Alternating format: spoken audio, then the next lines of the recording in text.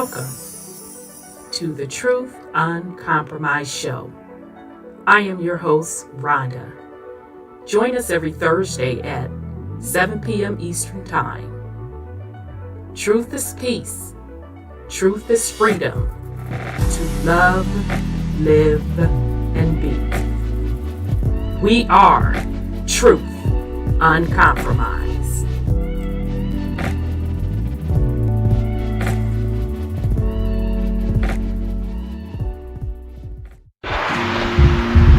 We are in the age of truth, freedom, love, prosperity, abundance, and peace. Welcome to Truth Uncompromised.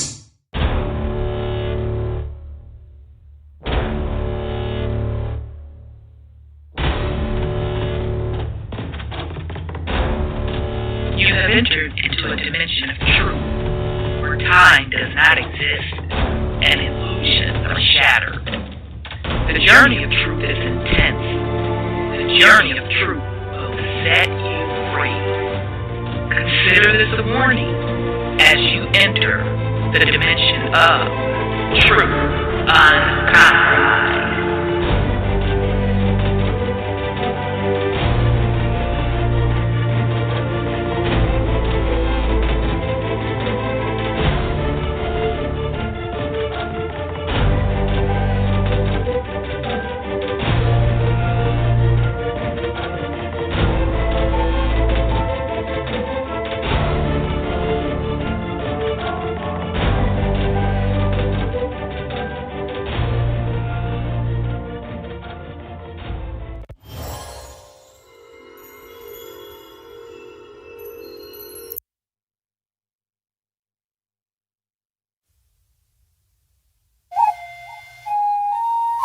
Still unamalgamated.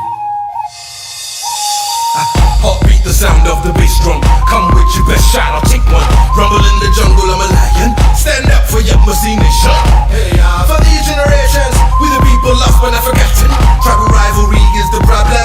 One love, the key for what we locked in. Don't call me a doctor, but I will be your medicine man. We're all from the melting pot, so everybody in the crowd is a Native American. Like me, what can't you see? The enemy is a L-I-E. One family tree, we all. The truth is like smoking Joe, and so far the bigger they come, the harder they fall. Bring on the giant, I'm ready to brawl. No giving up, flowing in my veins. Like a champion, I feel that I will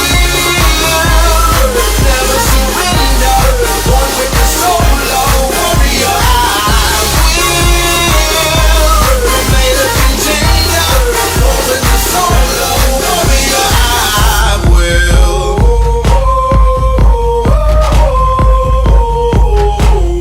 Hey y'all, hey y'all, hey y'all, hey, hey, hey, hey, hey y'all, hey y'all, hey y'all. I rule my dominion. I'm part Asian, Indian, Dominican, back to Hindu, Dravidian, so Mexicano, loco, man. Yes. Egyptian fits my description. Yes. I'm training hard for the mission. Yes. I'm a country boy from the south, and mama said knock you out. I'm in the ring like the bigger they come, the harder they fall. Bring on the giant, I'm ready to brawl. No giving up, flowing in my veins. Like a champion, I feel that I will never surrender. One with the soul of a warrior, I will remain a contender. One with the soul of a warrior, I will. If you're down for one love and one people, let me hear you say, hey y'all, hey y'all, hey y'all, hey, hey, hey, hey, hey, hey, hey. One finger in the air, hey y'all, hey y'all. Somebody wanna yama see me break it down, down. Watch me break it down, down. Watch me break it down. Somebody know that yama see we break 'em down, down. Yeah, we break 'em down, down. Yeah, we break 'em down. The bigger they come, the harder they fall. Bring on the giant, I'm ready to brawl.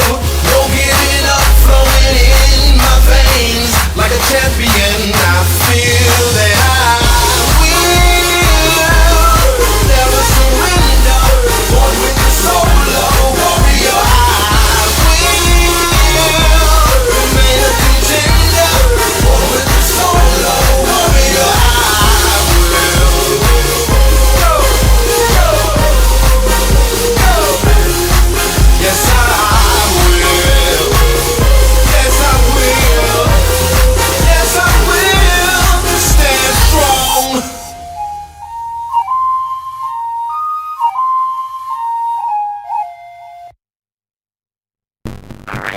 All right, family. Welcome to the Uncompromised Show. I am your host, Rhonda. So we're back, bam. Shout out Brother Tavis. That is just such a cut. Always just jumping up and down your song. Thank you for letting us use it. So tonight is October 19th. We have a lot going on, bam. Episode 29 of our series, Universal Language Symbols.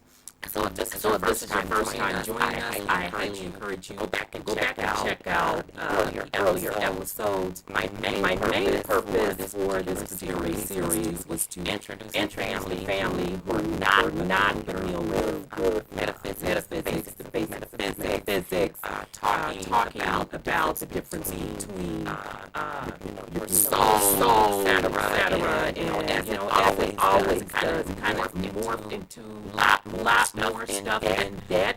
So go and check out some of your earlier episodes, and we go over some fundamental, foundational things of metaphysics. Okay. So tonight it's choppy. Am I sounding choppy? Yeah. Let me know. Okay. Where they go? Whoa, S. Child, I don't know. Okay, hold on, fam. I'm gonna try again. It should not be doing this. So hold on. It's always something. Hold on, fam.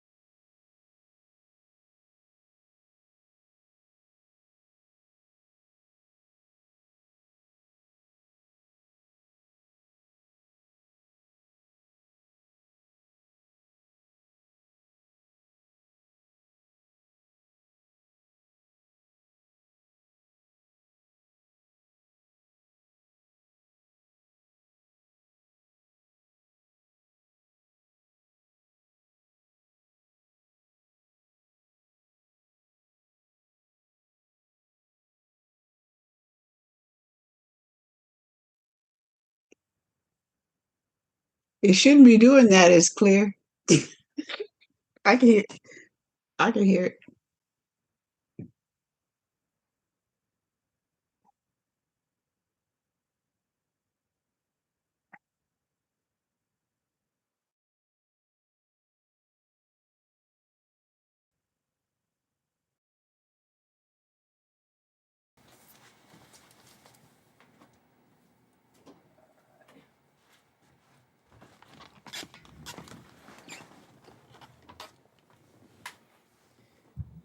All right. I don't know, y'all.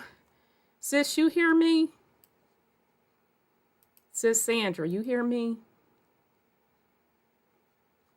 All right, y'all. How does this sound now? I don't know what else to do.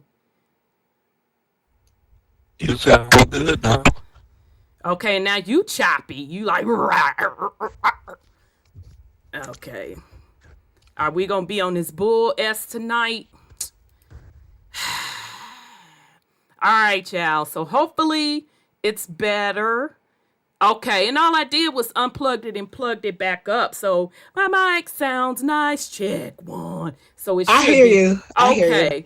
Okay. Yeah, all I did was I was unplug it not and at the plug. computer. Okay. Yeah, I just unplugged it and plugged it back in. So child, I don't know. All right, we That's on the this. number one step in troubleshooting. You're right. You know, son, Scotty. I remember I was on the help desk. That's the first thing I went into IT. And people used to call. Y'all, we be there with our MF and snacks. Be sitting there. Okay, ma'am. Control Alt Delete. Let me look at. No, it ain't the memory. Reboot. That's the first thing tech support says. Right? Did you unplug it and plug it back in? Right. And then I be getting an attitude now when I call for something, and they be like, look, don't start with that. I done did da da da da da da. Oh, okay, miss, lady, ma'am. Yeah, lady, ma'am. All right, when you get somebody that's experienced, no, I done already did steps 1 through 10 of the troubleshooting. Right. I So need come on with escalate. it. Right, second level support. They be like, okay, ma'am. All right then, fam. But mine is unstable. They censored me again, so You said I'm you just have letting you know. AT&T, and I just I know love it. them. Let me press Recording in record. progress. But you have to understand it's the administration who's censoring. And Oh Lord, they they bound to F with us now.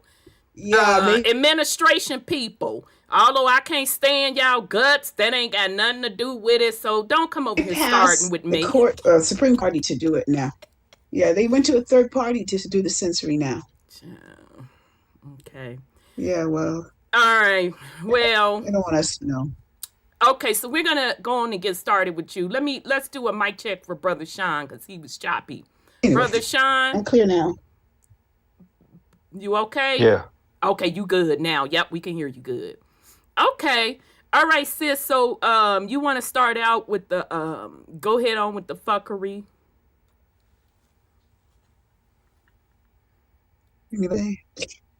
Now, sis, you was just so now you don't have nothing to say. No, I didn't hear you.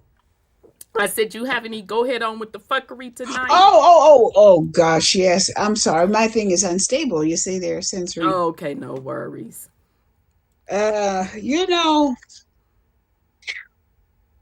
they have a lot of issues going on, as you can tell, in this country, right?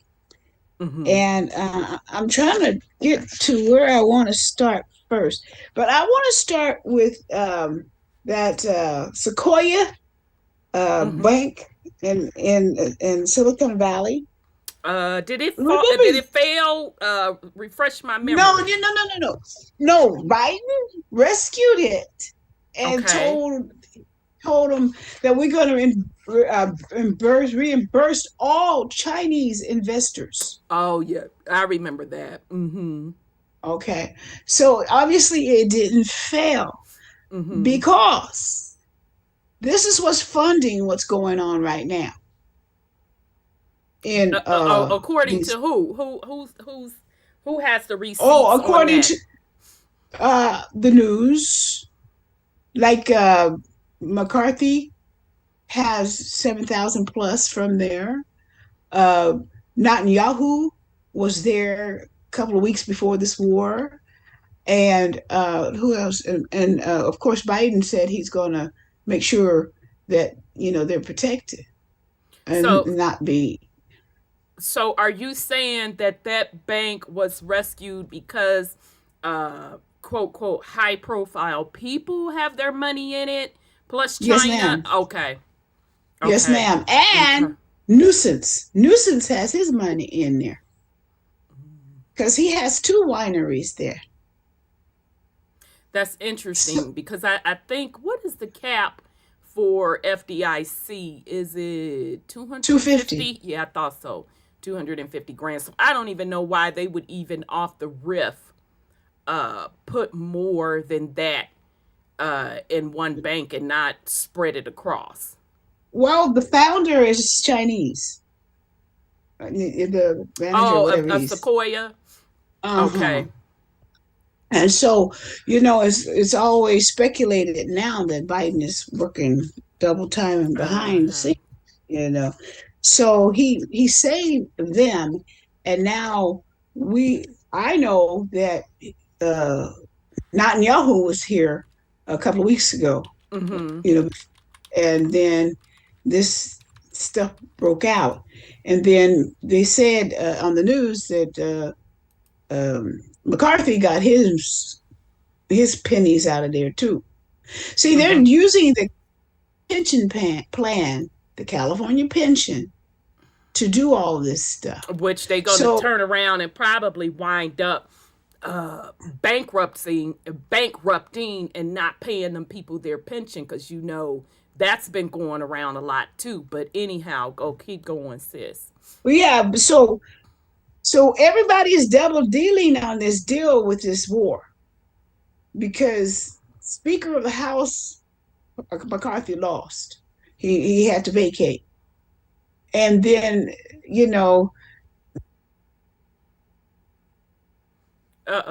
Did you drop, sis? All right, sis. across. Okay, you're going in and out. All we heard was "oh boy" vacated, and then you dropped. Okay. I'll try to pay attention if I can find it. McCarthy was vacated from the Speaker's house. And so they're upset because he's not going to be able to get their $300,000. Okay, you're blanking out. That they raised for a struggle session at the House of Reps to get somebody to fill the position, other than the fact that Jordan is too conservative for them, and he's going to block all that stuff. So anyway, so China is who these people, and the FBI agent was on, a former FBI agent, and he said that China was bankrolling these people, and that China don't have it like that. Was the CCP? They have a. It doesn't matter because remember the CCP was propping up their failing banks and their failing real estate. They have a housing crash over in China. China don't have it like that. So it's all a one big Ponzi scheme. And shout out to Queen Ottawa. She put in the chat that the Arkansas governor, I could not remember which state it was, but they're making China, you gotta, they said you gotta go. You can't own any farmland. So shout out to the Arkansas governor. Really, for sure. Yeah. Huckabee. Sarah Huckabee. Okay, Sarah Huckabee. Yep. Now they investigating her. Now they turn around and start don't nobody care, investigating baby. her. Don't nobody care nothing about Maybe that. that's why they did it, because she did that. And the people are waking up. But I'm telling y'all, China don't have it. They are in a housing. Matter of fact, their housing market is really in worse shape than ours. Ours is still being hidden by these high costs, and everything's good, although most people can't afford it. Interest rates are, close to 7%. Janet Yellen, yeah, she lying like that. Yeah, she was lying the last time she hit the position. Yeah, but nonetheless, China does not have it like that. They're in bankruptcy themselves. Yes, sis. Yeah, but McCarthy said they don't want to borrow from China again. Remember he said that? Yeah. Mm-hmm. They can't borrow from China. Yeah, there's something going on. And they can't keep using China as an excuse.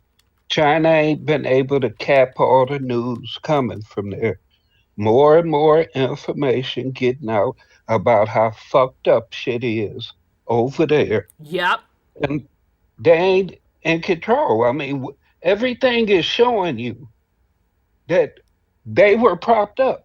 Exactly. Their cities aren't even properly built. Mm-mm. They don't have fire hydrants or proper drainage or this, that, or the other. Yep. I mean, they still ass backwards. I don't care about the little computer technology. Which they got from over here, but keep going. They still ass backwards over there. Period. Sure. Disaster after disaster. Year after year after year after year. You can't tell me that they're able to rebuild their country after every one of these typhoon and mud flood seasons, this, that, or the other, and they're able to constantly rebuild, having hundreds of thousands of people disappear in these events. And you mean to tell me you still think these motherfuckers running the world? No, it has to be somebody else. And they just using that as a It's fallback. it's the same motherfuckers who been running shit from the goddamn beginning, Right. Right. and it ain't no damn pale skins. All of that part, agreed. I agree. Yeah, China don't have it like that. They're just the face, and I don't know who I was talking to, and I'm like, at one time, China was scheduled to be the next U.S. per se, from an economic power Yeah, that's perspective. what it said. But I don't know what happened where that's not going to They happen thought- now. I'm sorry. Go ahead, son. Oh no, I was just saying they thought everything is always like gassing up. It's like Right. an illusion. Yeah, like you said, like with the home thing. It's like, no, it's everything's okay. No, it's just high fucking interest ass loans. It's like this illusion that shit is okay. This Right. illusion that these other people are powers that's gonna take us over. The dollar is never gonna be worth it. Like, no, do you know where we are? The Americans, do you really know? It's never gonna fall like that. Exactly. I 1000% agree. Now, this is no slight to Chinese people, but we know they build faulty products. Come Yeah, on, they come do. on. Now who Sometimes you you trying can't to even play get your with? product. Right? Who Sometimes you can't who even you get your trying product. to play with? Mm-hmm. It's nothing that they have not gotten that intellectual property from over here. Rather pirated or rather we literally taught them. So it's already out on the world stage that their economy is in a collapse. They're literally having banking crisis over there. Down to the agriculture. Absolutely. I mean, why they was trying to buy farmland and that's do all why this they type were of stuff. trying to buy farmlands. That's why they're They over bought- in Africa. They bought A in history of all the Silicon Valley, monsoons they and did. swiping stuff out. Like, no, y'all can't. Y'all don't have the landscape, the agriculture, the soil To grow sustain things like that. 1 billion people. Do you understand how much food you have to grow for 1 billion people? You have to have a temperament climate, and they don't That's the have rice it. paddies. Like You need the rice paddies too. son Scotty said. Now you can grow a bunch of rice, Mm-hmm. but they don't have that type of agriculture. That's why they're in Africa, quote, quote, investing all of that money. And that's why I don't have no type of sympathy. I have sympathy for the people of Africa. I have no sympathy for the leadership of Africa. Let me be clear. Because, Yes. with me, That's you a big thing that need to be said Yeah. about what's going on right now. 'Cause absolutely. people got things so twisted. Yeah, it has nothing to do with the people. It has everything to do with the leadership, because you can't keep coming to me telling me XYZ 1, 2, 3, and you keep doing it for shit. We talking centuries at this point. Okay? Same old, huh? Yeah, it's the same old thing. Oh, Queen Ottawa said back in 1977, China owned Long Beach Harbor. Yeah. Oh, really? Remember the gas The prices? shipping. The Wow. longshoremen stuff. Okay. They still own it. I was going to ask, don't they still? I think own they it. still own it. Yeah, if I'm not mistaken. Yeah, I think they still own it. Yeah. In California, they own most of the Silicon Valley. They own most of Silicon Valley because remember the video I showed years ago where the people from China got off the bus to buy houses and they were buying houses that was even burnt down? Yeah, because, well, just real quick, Lance, you're not right. That's why they be eating all that octopus and anything in the sea and bad. You know what? I can't with y'all, but I ain't gonna lie, y'all. If I saw one more grain of rice while I was over there, I was gonna straight up stab somebody. Wait to get back to the crib. I was so sick of rice. Nobody smell it off. somebody. I'm like, damn, like yeah, damn it, this I ride an Uber. I know. I'm like, yeah, can we roll the windows down? It's smelling like fucking dead fish breath up in this motherfucker. Like, I can't. Yeah, and the pollution in Beijing, it's off the chain, y'all. Oh my God. Fish and cigarettes. Yeah, because they gonna smoke they MF and squares, baby. You better believe that. But yeah, but you wrong for that, Lance. I'm sorry, sis. I done forgot what I was saying. I know that was funny as hell, though, because I could see the little squid now with some rice and some damn soy sauce slapped on the side. I'll be like, God damn it, I just won't eat today. Well, it may be a lot of things are Iran back now. So because Biden administration then had some security people that he hired or appointed that is sympathetic to Iran. So, all these backdoor deals is like getting us in trouble because people don't have any authority to stop the man at the top from doing these backdoor deals. Because in our security, they have Aryan Tabat, whatever, and Mambar Bitar, and all these different names.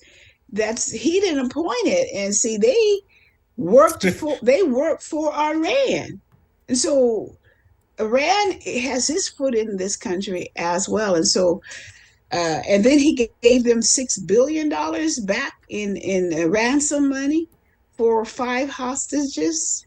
And then the Equate stuff, all that armory they left there is over now in Hamas area in Gaza. I'm going to tell y'all something because we talk about this all the time.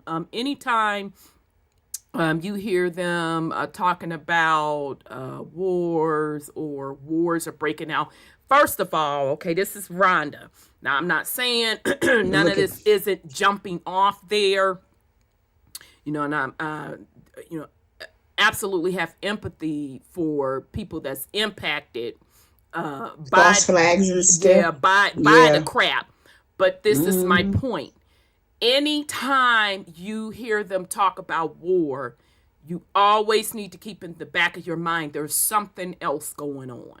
Okay? It has to be. Now, this is Rhonda's opinion. First of all, y'all done got sloppy. Because you done dusted off this what's the face in them conflict. You done dusted that off and brought it to life. I wake up, to get myself together to drink my little iced coffee.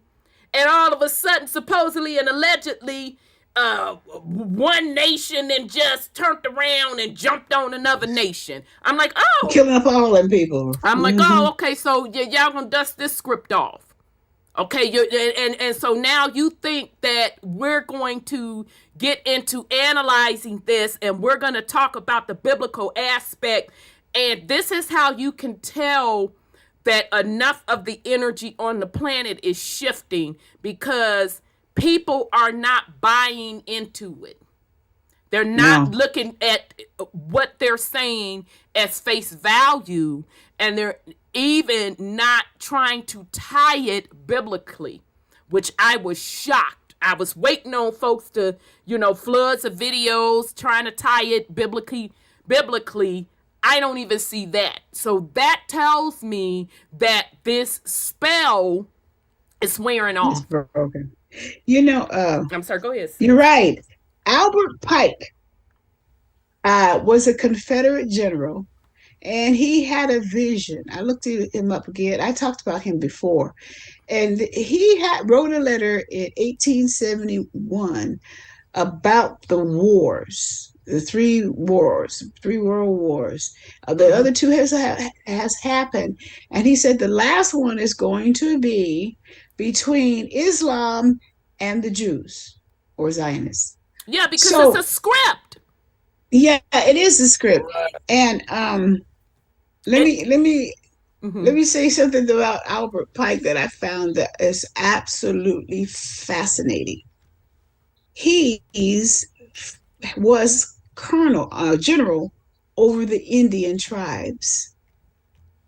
So when he's a Confederate general, so when the Indian tribes got out of their little feathers and got into their suits, like in Texas, like in Mississippi, like in Mm-hmm. Arkansas, Mm-hmm. he was Mm-hmm. he was the leader of them. And I'm saying, what? So, at the VFW in my place I was born in Texas, they Mm-hmm. have the pictures of all these people. And my relatives was on some of them pictures, I understand. I said, oh, I would love to go and see that, but I have to go to Texas to do that. But he's also, his statue is in Washington, D.C., and they're following his plan book. It's not Um, his plan book, but keep going, sis. yeah, well, they honor him, but because he's the one who set up the masonry thing too, I think, and they honor that. So it's the Mason doctrines that he's famous for, and the dress codes and all that kind of stuff.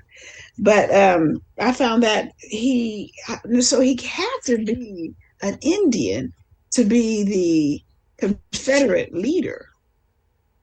You remember when you did the Confederate stuff and you were Yeah, naming all? I was just posting pictures this week on melanated Confederate soldiers. Yeah, and they're all in my hometown in Texas in the VFW. And my sister-in-law, I spoke to her today, and I asked her, "Is it in Arkansas or is it in my town?" She said it's here, and so not here, but it was in there, my town. And she said there was walls of Yeah. melanated Let me pull him. Oh, really? In Texas or in Arkansas? in Texas, my city that I was born in, if you call it a city at the time. Yeah, let me bring it up. I just That's Bowie, where the Alamo is. I was born in the county of the Alamo. okay. Let's Yep. bring up right quick. Okay, so Albert Pike, 1809, born in To 1891. Albert Pike was a lawyer who played a major role in the development of the early courts of Arkansas. He was a Played Supreme Court justice. played an active role in the state's politics prior to the Civil War. He also was a central figure in the Department of Masonry in the Mm-hmm. state and later became a national leader of that organization. No kidding. During the Civil War, he commanded the Confederacy Indian Territory, raising troops there and exercising field command in one battle. He also was a talented poet and writer. Mm-hmm. He was born in Boston, Massachusetts. Yeah. I'm not gonna go there. I don't care nothing about that. But So he was probably one of those Europeans that came over. well, he had to be. But he went to Harvard. That's not surprising, right there. Y'all don't care Mm-hmm. nothing about that. Some You of the got a books better he wrote. profile. And this is off of the Encyclopedia of Arkansas. Okay, so Pike left Massachusetts for Santa Fe in what was then Mexico in 1831. One of the many at the time attracted to the developing West. From Santa Fe, he joined in an expedition into lands around the headwaters of the Arkansas and Red Rivers. Somewhere Uh-huh. along the route, he left the expedition and walked to Fort Smith, Sebastian County. He taught there in rural schools for a short time, but his literacy skills early involved him in Arkansas politics. That's interesting. Red Rock River, Arkansas. Yeah. So he published a local newspaper. I'm trying to skip around. Charles Bertrand. Why does that name sound familiar? Oh, that's why. Owner of the Whig Party's Arkansas Advocate, who invited Pike to Little Rock, Pulaski County to work as the paper's editor. Okay, I'm trying to see. All right, let's get down to the Indian stuff. Yeah. What about this? Yeah. So what?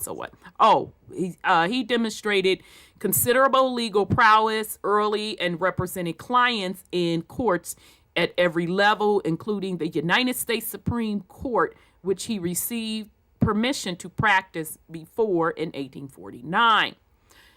Pike developed a lucrative law practice, and his clients included many of the tribes in the Indian Territory. Among his clients at the time were the Cree, Muskogee, and Chata, whom he represented in a case against the United States government that secured payments for lands taken in the Treaty of Fort Jackson in 1814. Pike learned several Native American dialects while working as their attorney. Now that's interesting. I didn't know that about old boy. I didn't either. I was like, what?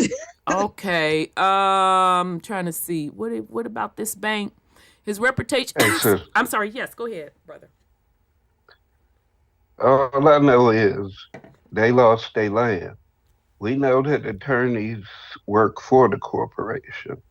So he was working in the best interest of the corporation. Probably. Not those tribes. That's a good point. I digress. No, that's a very good point. Yeah. And he was a general too. Yeah. Let me see. You were down near the Choctaw. Let's see about the Mexican War. His reputation. His reputation as an attorney also secured him the appointment of receiver for the failed Arkansas State Bank. He had a lot of pull out the gate, so old boy knows somebody. They ain't just gonna sit up here and convince me that he's just something. Yeah, that he just started from the bottom and made it to the top. Yeah, right. An ambitious public figure, Pike joined others in 1845 in supporting actions against Mexico, what became the Mexican War. He helped raise the Little Rock Guards, a company incorporated into the Arkansas Cavalry Regiment of Colonel Archibald Yell, and served as its captain. Pike concluded early on that the senior officers of his regiment were incompetent, and he shared his observation with the people back in Arkansas through letters to the newspaper. Yeah, whatever. Okay, I think that's all. Okay, let's see what he's talking about down here on this slavery. All right. Look at this. Ultimately, he successfully obtained a charter from the Louisiana legislation for one of his railroad projects. Oh boy, had a lot of pull. He had a lot of pull. Charters and patents. Exactly. He been chilling. He been chilling. Sound like a Pacer line, don't it? Right. I was about to say one of them boys that got set up. Right. He got him a little nice little package. Exactly. Because he been kicking it. Well, actually, I saw on the other, I think Google search that he was a Zionist. Yeah. Okay, that doesn't surprise me. So it says in the years immediately following the Mexican War, Pike's concern with the developing sectional crisis brought on by the issue of slavery became apparent. He had long been a Whig, but the Whig Party repeatedly refused to address the slavery issue. The failure of Pike's own anti-Catholicism led him to join the Know Nothing Party upon its creation. In 1856, he attended the new party's national convention, but he found it equally reluctant to adopt a strong pro-slavery platform. He joined other Southern delegates in walking out of the convention. Pike expressed a belief in states' rights and considered secession constitutional. All right. Okay, so that's all I'm going to read on that. That's interesting. I learned a lot about blood. What are they saying about the... Dog, every time I say I'm done, there's more. I know, right? They have to tell me he became a Mason in 1853. Y'all better stop playing with me. when your old boy died. No, he was already a Mason with all that pull. Who y'all trying to sit up here and play with? He became a Mason. Maybe he got into a high rank position, but whatever. In 1850, and participated in the creation of the Masonic St. John's College in Little Rock that same year. In 1851, he helped to form the Grand Chapter of Arkansas and was its Grand High Priest from 1853 to 1854. In 1853, he also associated with the, there we go, Scottish Rites of Masons, and rose rapidly in the organization. Now, if I'm not mistaken, and forgive me up in advance, I think the Scottish Rite is a higher rank. In 1859, he was elected Grand Commander of the Supreme Council, Southern Jurisdiction of the United States, the administrative district for all parts of the country except the 15 states east of Mississippi River and north of Ohio. Okay, so I think I'm done with old boy. Shoot! He led one hell of a journey. He had some pull, but they not fooling me. They're not fooling me at all. That's interesting. You know, his paper came out in 1871. You remember what 1871 is? Enlighten us, sis. When the Constitution was replaced, because they had borrowed, Ulysses S. Grant had changed him over. The Del Ford got it was Del something. Brother Odell said what it was. They signed it over to do Marxism. Remember Brother Odell was talking about that when the United States was broke. And they turned over the Constitution to China and borrowed from China. I don't think it was China. I think it was brother. Shout out to Brother Odell. Was it Britain? No, I believe it was China. Now China didn't even have no pull back then. It wasn't China. I know that for a fact. I thought it was the Dragon family or something. No, you mixing apples. Maybe I'm mixing my stories. Yeah. It was one European. I want to say it was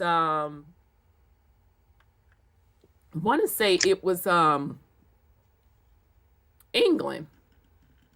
Yeah. Well, okay. Yeah. I thought. So the United States was broke, and so they signed the constitutional alternative to make this country a Marxist country. I think Brother Odell was talking about that. I don't think he in used the term 1871. Marxist. Basically, what he was trying to say during that, because of the war debt that the corporation formed, pretty much the assets were turned over. That's pretty much what he was saying. And supposedly, even the Constitution to this day, and everybody keep talking about that Constitution. It means nothing. No, it doesn't anymore. It never did. Well, they tried. It never did. It was never written for common folks. That's what we keep trying to get y'all to see. As an indigenous person, it wasn't written for you. That's why people get themselves tripped up with it. It never was written for the common person. It just never was. Okay, again, we keep telling y'all, always follow the money. It's about business. Okay, now the land is the most lucrative from a tangible asset perspective, and the people, i.e. your labor, and the spiritual component to that is your energy. Okay, but all of this rules about, Constitution, your rights, yada, yada, yada, 4, 5, 6. It's a farce. doesn't mean When anything.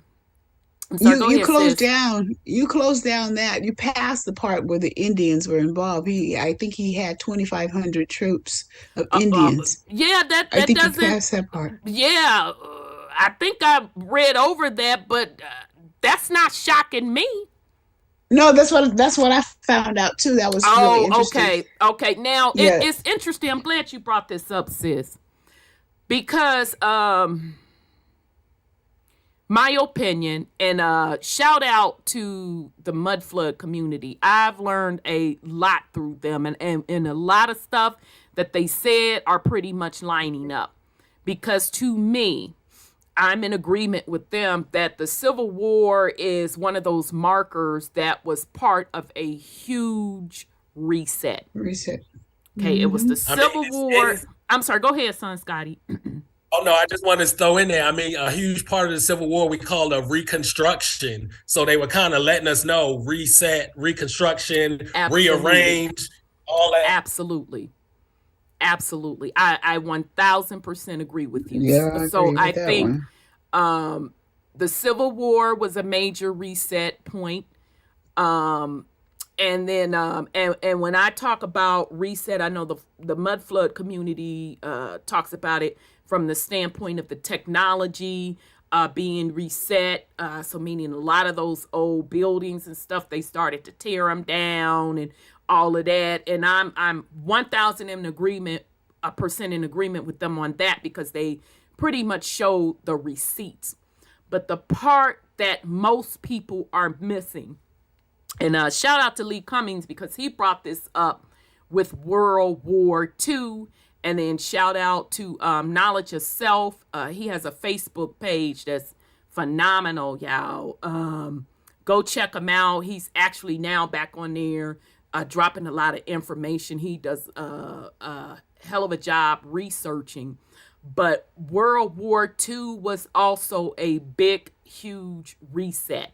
Okay, now Lee Cummings said that the reset was the final chapter in the face of power being melanated and turning it all the way to Caucasian. Okay. Hiroshima. I'm sorry, go ahead. Oh, no, I was just saying Morris Donaldson also was saying that too, about the changing over. Like the New World Order is just like going from the white people to the black people. That's all it is. But make no mistake about it. It's the same order, and it's the same people controlling things. Okay, so they may have you thinking it's a black-white thing. Oh, you're right. That's that's for us to know. Like, oh, it's a color thing. And it's not. Pay attention to the color. No, it's not. It's not. You have to be either in that bloodline or you're put on in that bloodline. You're being appointed to be put on in that bloodline. Just like the name Windsor was not one of the original family names. That name had to be approved to become Windsor. Okay, so I'm in agreement with them. I think the Civil War was a huge reset. Mm-hmm. Matter of fact, I heard that the one who lost the war is the one that was losing their property, and since the South lost, then they had to confer to the North from that point on. Yeah. And if y'all, again, if we think that the Civil War was about strictly about freeing slaves, why do we have pictures of melanated Confederate soldiers from the South? Because the Confederate soldiers were from the South. I'll wait. Remember they had Brother Odell had lots of pictures of them. I don't know if he had lots of pictures of them. I know I dug up a lot of pictures of them. Was that you? Yeah, because I just reposted them, some of them this week. Is that the ones where they were dead on the side of the road and stuff like that? I don't think I posted any of those. I posted literally of them being in their uniform. And I think I posted a video of one of the men recounting, melanated men recounting one of his relatives as being a Confederate soldier. And even he said it wasn't about, the Civil War was not all about what they said it was about. So to me, in my opinion, it was a reset. I didn't see it myself, but I heard my ancestors was in a Confederate it wouldn't suit. surprise, child. Let me tell you, I was sure every one of my ancestors I saw on the records. I was looking back, looking, and I'm not gonna lie on the one ancestor, because he was actually, well, that wasn't Confederacy though, because that he was in the American Revolutionary War. But I was checking Mine too. was Confederate. It was Confederate. And you And know, they gonna try to say, oh well, that means you mixed. Sir, ma'am, it says black on their military records. Blink, blink, blink, blink, blink. Because they tried that one on me with the American Revolutionary War record that I found. Oh, you just have a mixed ancestor. The military said he was black. Blink, blink, blink, blink. Blink, blink, blink, blink. Now, who fought the Revolutionary War? So y'all been lying all along. Yeah, because that was black. Y'all do know that was black people that fought that American Revolutionary War, right?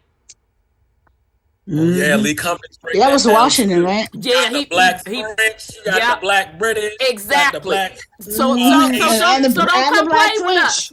We're not trying to be playing with y'all. Yeah. The black Indians and the black Europeans. That was them that fought that Revolutionary War. So it ain't no accident that old boy from Boston that said the British are coming, were black. Because they were all black.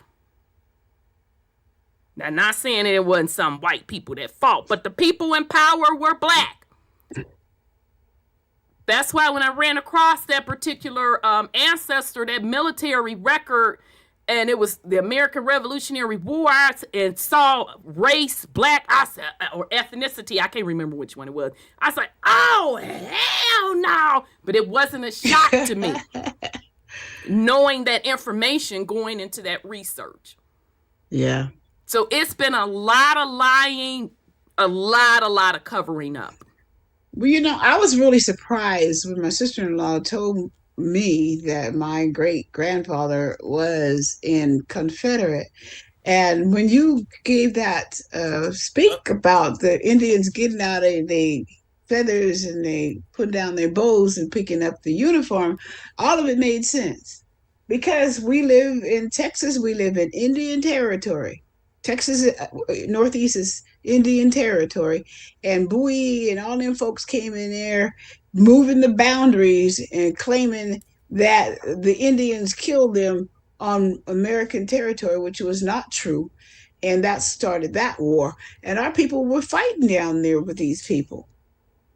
And so, when I was in church, in a white church, and all of them were standing up because they grandparents and stuff, relatives were in wars, civil wars, and all kinds of wars, because they were giving the soldiers a shout out.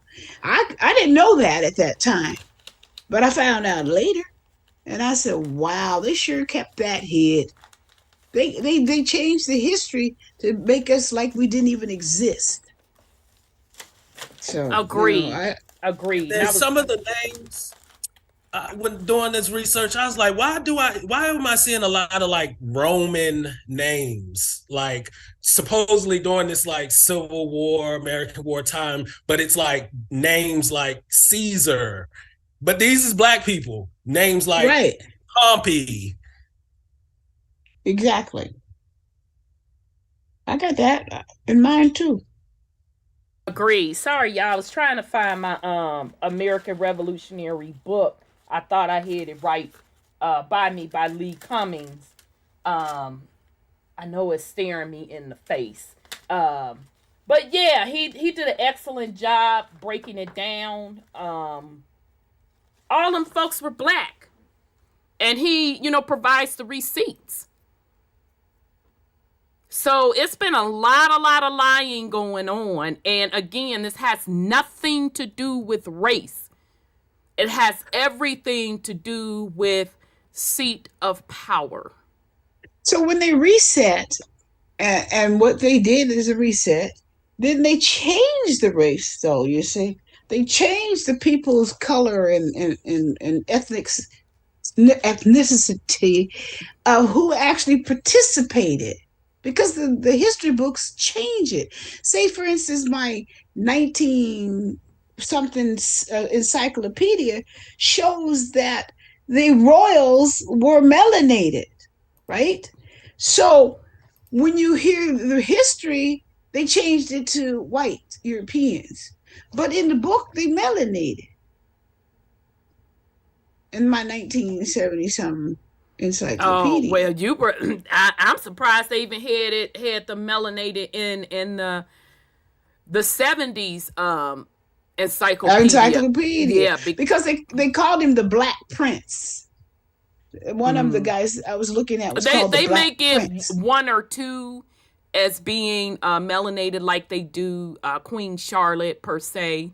They do want to admit. Oh no, they struck him out the history. They struck him out the history Okay, book that's after about that. right. But my point, what the point I was trying to make is they Yeah, will I know maybe what you give said. one or two, Mm-hmm. but it's really the opposite that majority of them were. And I know that ticks a lot of people off. Hey, I can't do nothing about it. Go argue with the Library of Congress and all those other receipts that many other people have provided. Sorry. It is what it is. Yes, sir. Does the complexion change what these individuals did or didn't do? No. So I really don't see what the Big surprise or deal this. is. Yeah, because if you was an asshole, I don't care if you was What light color it is. Exactly. or dark complected. Exactly. If you got over on the people, You got over on the people. you a shitty motherfucker.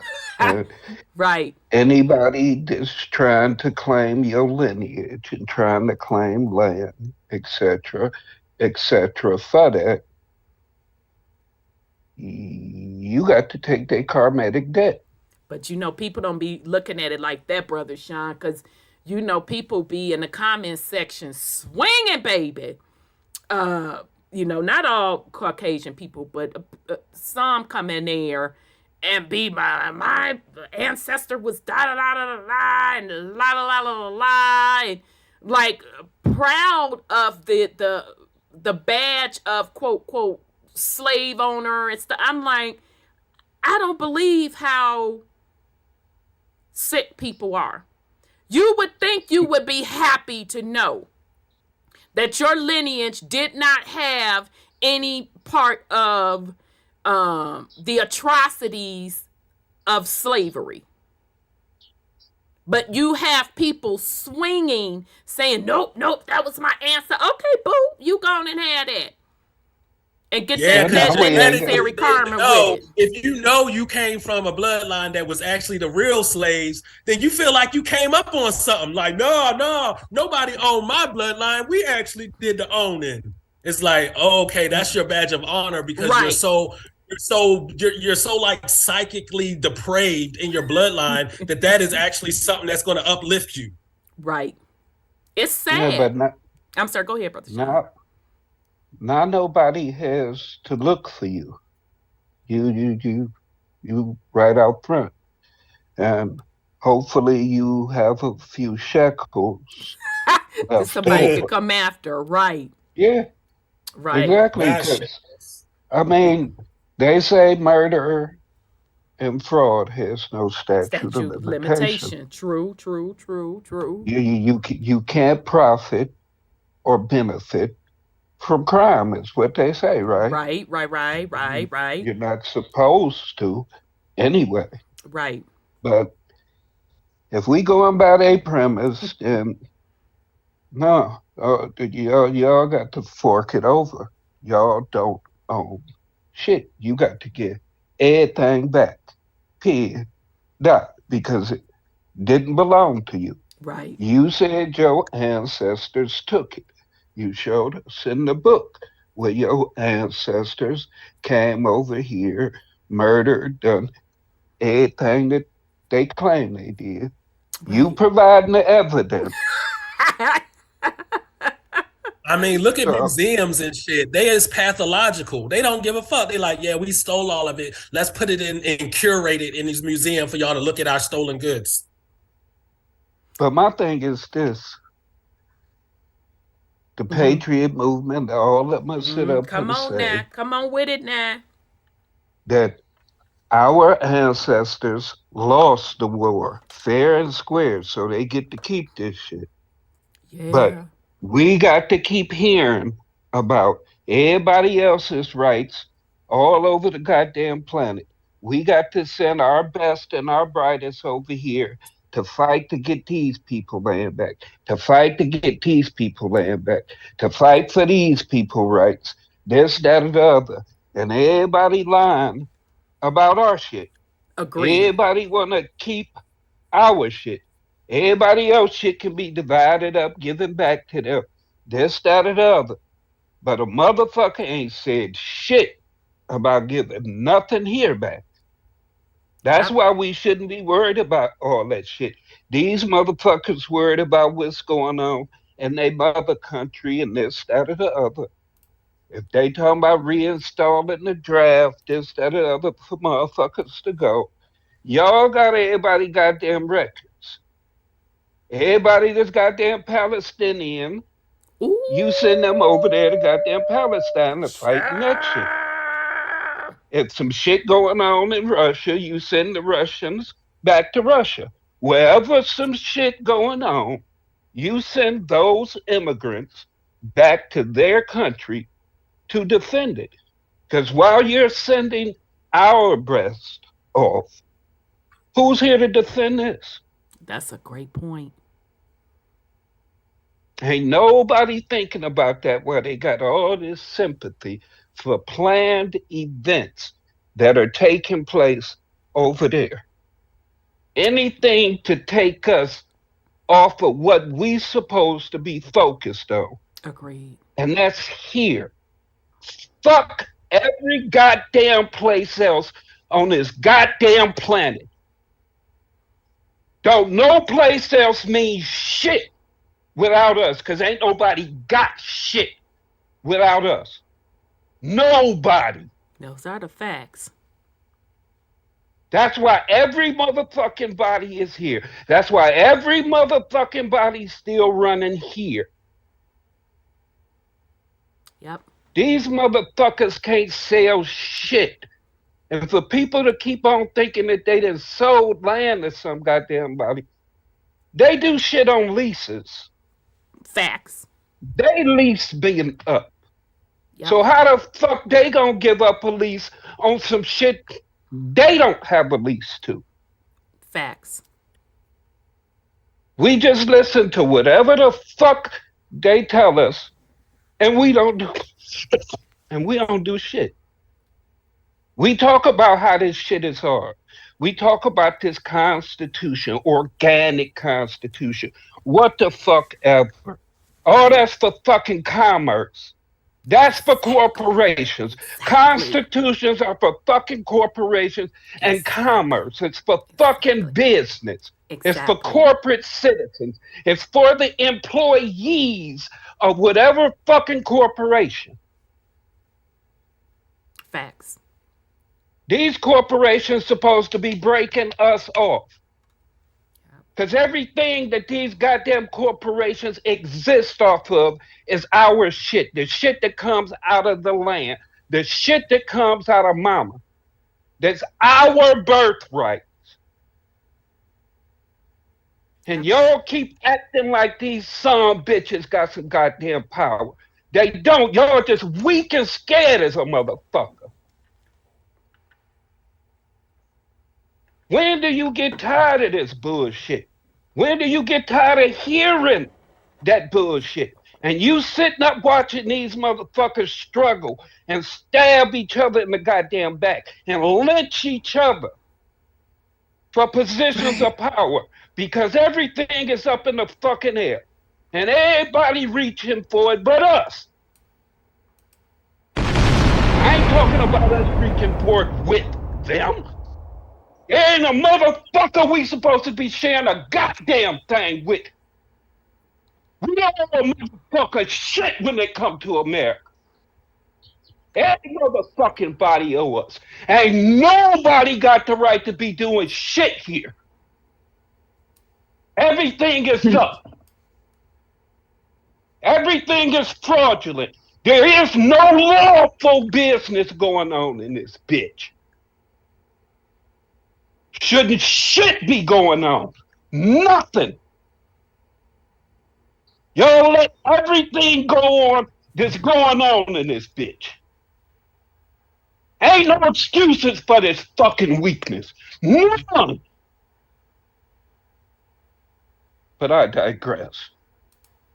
All right now. Whew.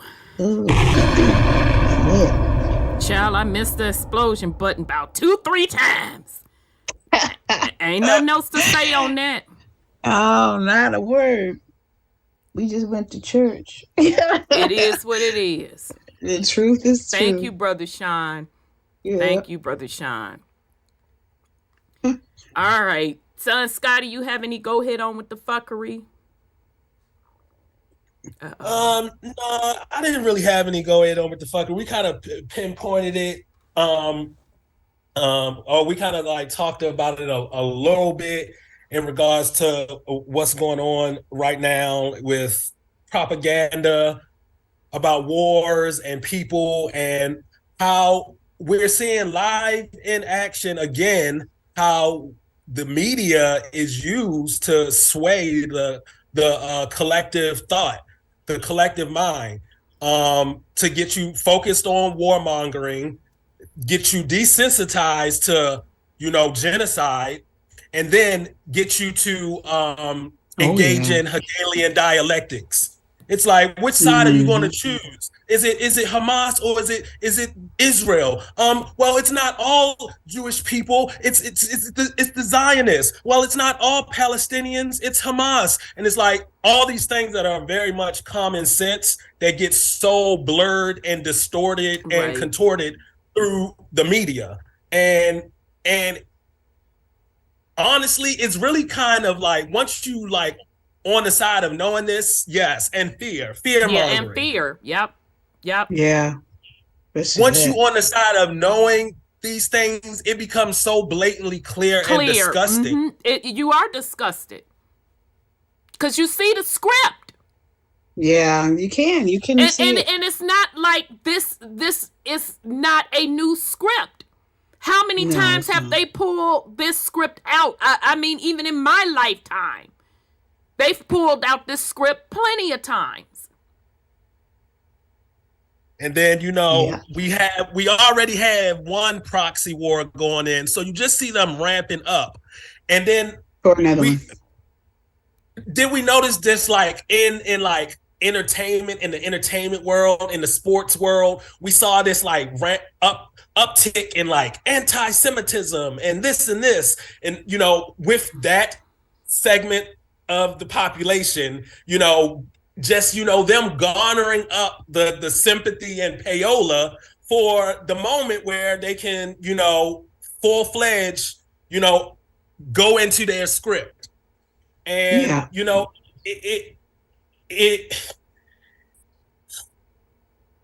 just so, because, being in, like partly in entertainment, like being abreast of these certain things, it's just like when certain celebrities make certain moves, like, okay, why did you all of a sudden need to make a visit to the troops to boost their morale at this moment? Why did you all of a sudden, and then the people who are speaking out against like, whatever these people are doing, they get targeted as like, well, that seems like you have no regard or empathy for this set of people. Yeah, and it's like I'm over it. I'm over because we see through it.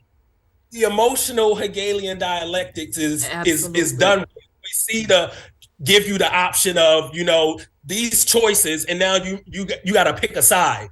When it's really no, both of them sides is some real setup bullshit. Exactly. We know this, right? Yeah. And playing on people's emotion to get them to choose a side, to get them to say, yes, I agree with you killing these people, or either side is wrong, or don't kill that side. Right. Yeah. It's like, why are you playing on my emotions to give you consent to commit genocide and war and drop bombs and do all this type of shit? Because they need the general public consent at the end of the day to be like, yeah, I think that's okay. I mean, we saw this with, Nazi Germany. How do you so-called kill all these people and then have the whole nation just not be aware of it? Right. And I'm just gonna say, did anybody get shown that movie? That get shown that movie, The Wave, when they were in school, like in social studies or nothing like something like that. It was like after school program movie called The Wave, and it was like this teacher who basically was teaching. He was teaching about Third Reich and how did they get Germany to the German people to consent to buy into it. What's going on around them. And, through incremental control, through, disciplining people and giving them a reward, thinking they're getting a reward by giving away their consent. Right. And so we're in a similar thing, and it's even stronger now with social media. Like, if you just do a little testing of algorithms and stuff, ask ChatGPT something about Palestinians as opposed to asking them something about Israelis. Simple questions like, do they deserve human rights? And you see even the AI in the program is biased. Yeah. For a certain side. Yeah. Yeah. That's programming. Yeah. So again, so everything is a program, is a script. Absolutely. Yeah. And that's why, I did this series for us to really, really understand what's going on the flip side from a spiritual perspective, because I keep telling y'all, nothing in this realm is constructed unless it's coming from a spiritual perspective. Okay? So wars, they're always a deeper meaning than what they're telling you. Yes, there is a physical component to it, but it is also it's a spiritual component. And more than likely, they are tied to resets. Okay? So there's always something bigger going on when they're pulling these wars. But this particular one, we about tired of this script. Okay. Yeah, we are. Because the Ukraine one, America was like, okay, I don't know what you want me to do about it. And this is a true story. I have witnesses. I was literally sitting next to a Ukrainian, and they said, oh, yeah, I'm from Ukraine. I've been here. I can't remember what the man said, 10 years, something like that. And he flat out told me he didn't care. He flat out said he did not care. So, what Brother Sean was saying earlier, I'm like, yeah, he got a point. Got a point. Okay. All of this stuff, it has a component meaning to it.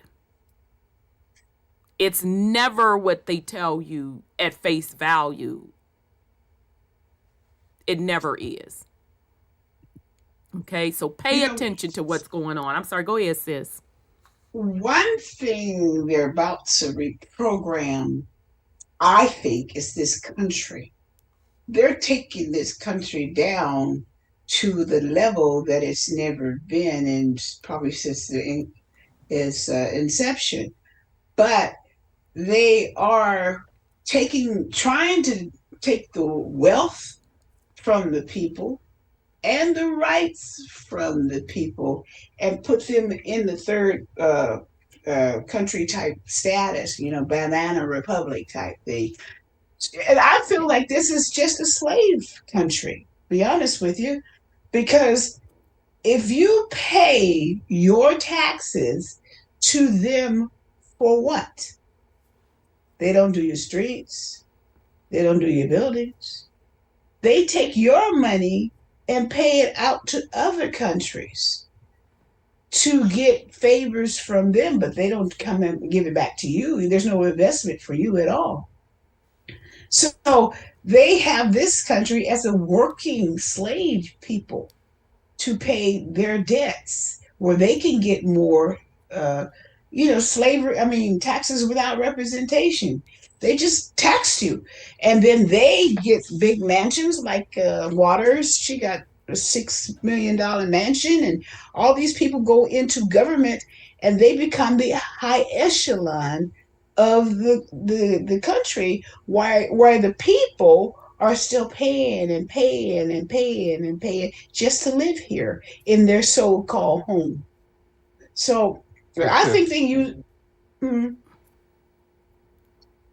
I'm still confused about this debt thing. I knew that's where you were going.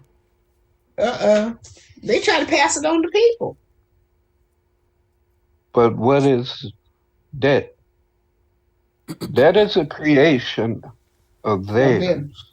It is. Debt is dealing with commerce.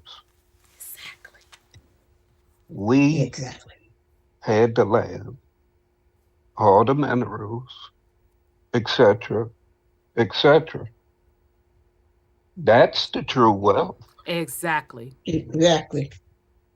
The thing is, we agree and consent to being in debt when everything they have is from us. It's through our birthrights. Let's say that they do got these trusts set up for when a motherfucker finally wake up and try and cash in on a trust from a bankrupt and default corporation. That don't exist. The fact that we agree to this, what are they the actually treaties that we signed? What are they actually doing with quote unquote money if it's all about money?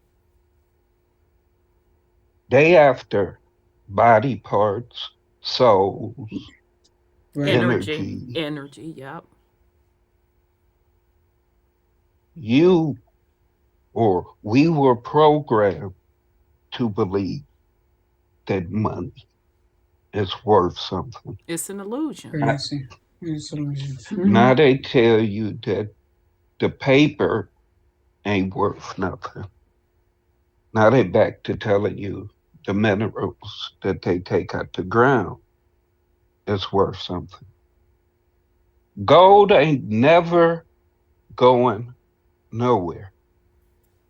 Your physical body will leave here before the gold will. Motherfuckers 10,000 years in the future will still be fighting over that same gold as long as people agree that it's worth something. Right. People keep asking for reparations in the form of that paper shit. It won't be worth nothing. Considering the gold, the diamond, and the important minerals ain't gone nowhere. And their wealth and everything is based upon that. If you want something back, just say we just take our gold and shit back. And the land. And what they got. Yeah. Yeah, for sure. Anything you dug out of it, give back. You know where it is. I mean, everything is up to us. And I really don't think that we want that I responsibility don't think again. so either. I'm with you, Brother Sean. I'm 1000% in agreement. You talk all this stuff, you want all this wealth and all this power, but don't know what to do with it. Have to get it, yeah. And are we even as a collective prepared to run it? Exactly. I mean, a reset. You going back to zero. You going back to the point of nothingness. You have to return to your point of origin. So all these people that are coming here, this ain't your place of origin. The fact that you have a hard time here, your frequency ain't in line with the indigenous people here and what's going on here. I mean, saying you coming here to have a better life Yeah. at a time when these other motherfuckers who've been here know that they got to go. Their population is dwindling. They need more fools to try and keep their plan going. Right. So y'all gonna be the next sacrificial lambs. We in control of this shit. This our shit. We ain't going nowhere.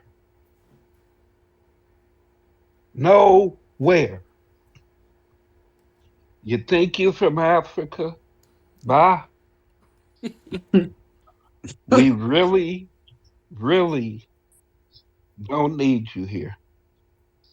Look at the shit that's going on in your motherland. Oh, motherfuckers fleeing there for about hundreds of thousands too. Absolutely. Going over to Italy, Europe. Yep. France. Yeah. They just can't stand to be away from their pale skins. Now they're fleeing the poverty and the mismanagement of the resources. So, people can sit up there and y'all can, play with yourself and play with each other. But what you ain't finna do is play with me. Because logically you're not making any sense. None of it is making any sense. It just doesn't. Sir, go ahead, Brother Sean. How many Africans have the Pan-Africans financed? I mean, done some type of program with? How many do they have in their home? I mean, how many do they sponsor for real, for real? But them your people. They don't claim you. You claim them, but you don't fuck with them. And they don't fuck with you.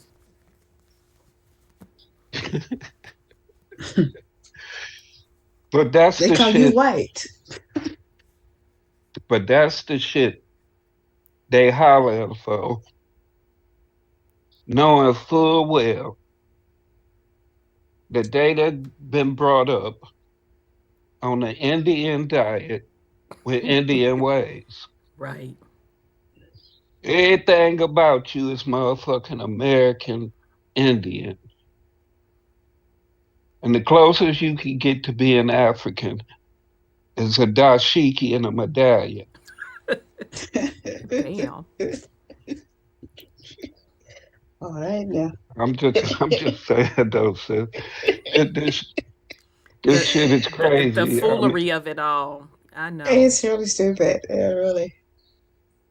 And I don't even see why motherfuckers debating with them. Oh, but one more thing. When people say American territory and Indian territory, ain't that the same thing? I mean, It was. The United States ain't America.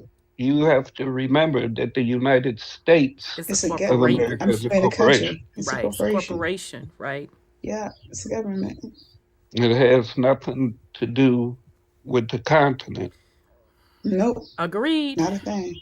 But they're being done in Texas. They come talking about they crossed over into American, areas. The Alamo thing I was talking about. I said, where's the border then? I didn't know we had a border for America versus Texas, or whatever. But that's how they did it. They sure did. All right. Well, I mean, it is what it is. I really don't have no more input on it because Mm-mm. I don't beat a dead horse. So people are free to believe whatever you want to believe. Follow whatever script you want to follow. I'm just not interested in bullshit because at the end of the day, it's bullshit. My concern is making sure that I do the right thing, fulfill my purpose, and I'm not, knowingly and unknowingly causing any harm. Okay, because it still fascinates me how a bunch of adults can focus on everything else but self and family. I just don't have any respect for it. When you're in my face talking about XYZ 1, 2, 3, and your shit is fucked up. When you don't have healthy neighborhoods, healthy families. I just don't respect it.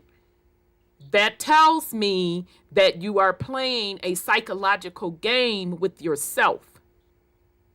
And you want me to sit up here and be in the amen section with you, delusional. And I don't do that well. I don't pretend well at all. I just can't. So if that's the way people choose to live their lives, you are free to live your life that way. I'm just not fucking interested. Because the amount of money that passes through, melanated people's hands in this country and what it goes to, it tells me what the priorities are. Games. So miss me with that bullshit. Let's come together to do 4, 5, 6, 1, 2, 3. I don't want to. I don't give a damn about none of that. I don't want to hear nothing about no brotherhood, sisterhood when I'm not seeing brotherhood, sisterhood. As these babies are dying in these streets, these neighborhoods are fucked up, families are broken the fuck up. You got old ass motherfuckers on this internet arguing about some bullshit, talking about who got the best body parts when and where. Are you fucking kidding me? That's supposed to be respected? So y'all can miss me with the bullshit. Your action shows me where your priorities are. You can say anything with your mouth. Your actions show me differently. So I don't care personally what you call yourself. It doesn't matter. If you're not doing the right thing, it doesn't fucking matter. And none of those fucking titles matter. Because I don't see the results in the families. I don't see the results in the neighborhoods. And if I really want to keep this shit all the way to fuck funky, I don't see it in the individual people. So go on and play with somebody else. My patience is real short with the bullshit. All right, so, that's the end of the auntie moment. Thank you for your service. Right. Shit. I gotta throw shit on there. People sitting up here playing on this internet. 1 minute. That's how they do. Yeah, it's like, somebody, you know what? I'm going to leave the ladies of the night alone because at least they fucking honest. At least they honest. People on this bitch, 1 minute you holier than thou, next minute you're slinging P, you're slinging D. I'm like, well, goddamn, I'm confused. Are you revolutionary or you're selling ass? I'm motherfucking confused. I'm trying to bust it open for Black Power. I'm like, are you fucking kidding me? And we can't even sit here and say it's the babies. No. The 20-something-year-olds like, damn, they still hoeing? Get the fuck out of here. And then the sick part about it, the people that do the shit like that, those the ones that get the big ups. So you want to try to sit here and convince me what priorities are? No. You show me what your priorities are, what you put your fucking energy into. So go on and play with somebody else. If you're a degenerate, go on and live your degeneracy lifestyle. But see, I'm not finna fucking play with you. Shit. All right. Okay. So now let's get to the spiritual part. Shit. Okay. So I was gonna go into the migrant crisis. I think we didn't had enough. Again, you can keep up with what's going on in Chicago, the Chicagoans. Did you hear that? It went up 77% on crime.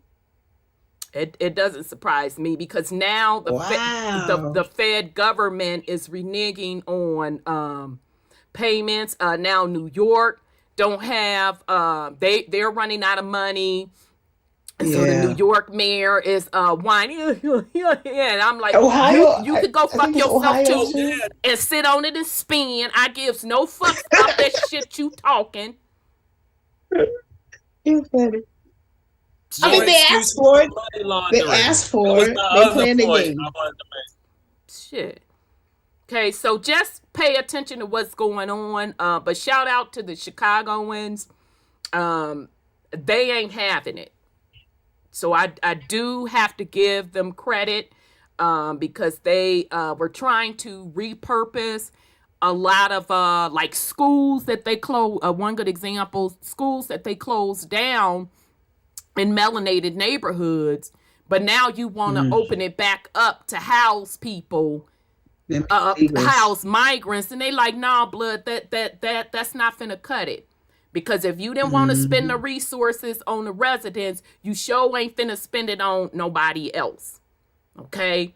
And even with the parks and all of that, so the Chicagoans are getting together and they're literally suing the federal government and Chicago officials. Okay? All so right. Just pay attention to what's going on with this migrant crisis, and it looks like a lot of the Venezuelans are coming through Mexico. So don't think that it's just the Mexican people. And you do have people with YouTube channels out that have been going out interviewing the migrants, and the migrants flat out say that excuse me, y'all, they were told to come here. Yeah, they were. They were literally told offered to come money. Here. They offered them money to come here. Some of them are getting $2,200 per family, and they're splitting the family up. The husband go with one of the children or two of the children. The wife come later, so they end up with $4,400 a month. It was now this was an interesting thing. This one I should have wrote the man's YouTube channel down that was interviewing the migrants. He was in New York. And this homeless melanated man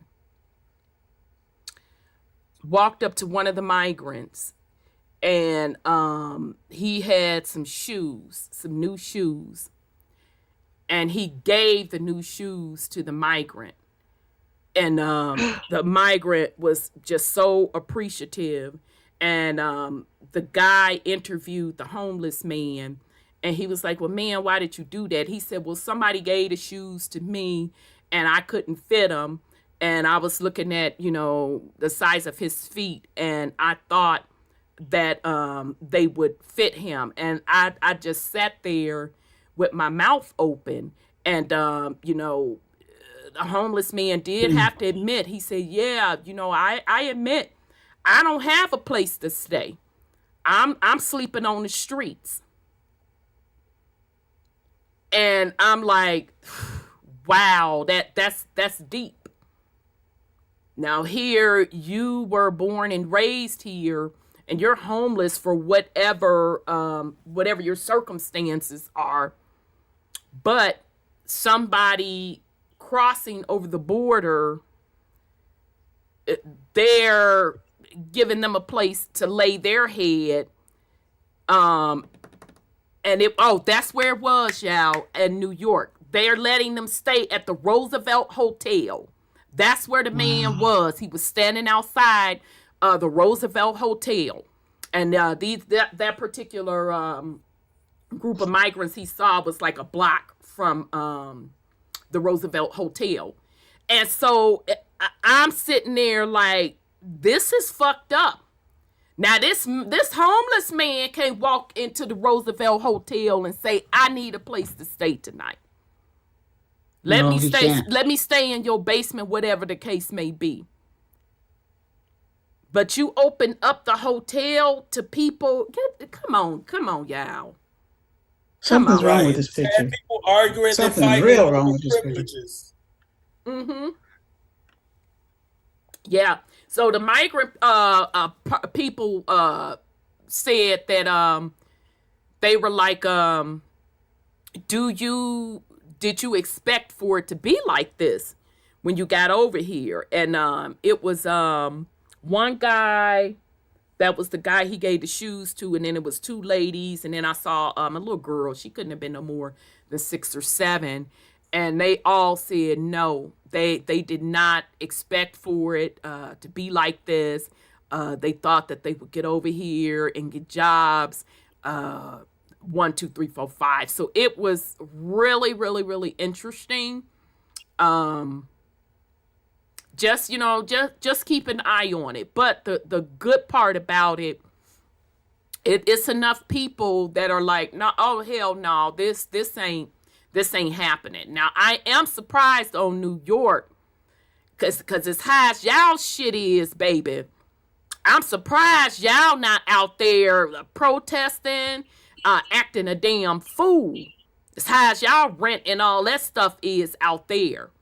But it's other parts of the country, they're not fucking going for it. And again, this has nothing to do with the migrants that are coming over. This is not a people issue. This is definitely policy and the corporation trying to be nickel ass slick on some slick shit. Yes, sir. To me, it's a people issue too. Everybody and their mama got access to the goddamn internet. Yeah. If you don't know by now what the fuck going on over here, that's your fault. If you come up in the hood talking your shit from where the fuck you from, motherfuckers knowing that the government then broke you off, your ass could come up missing.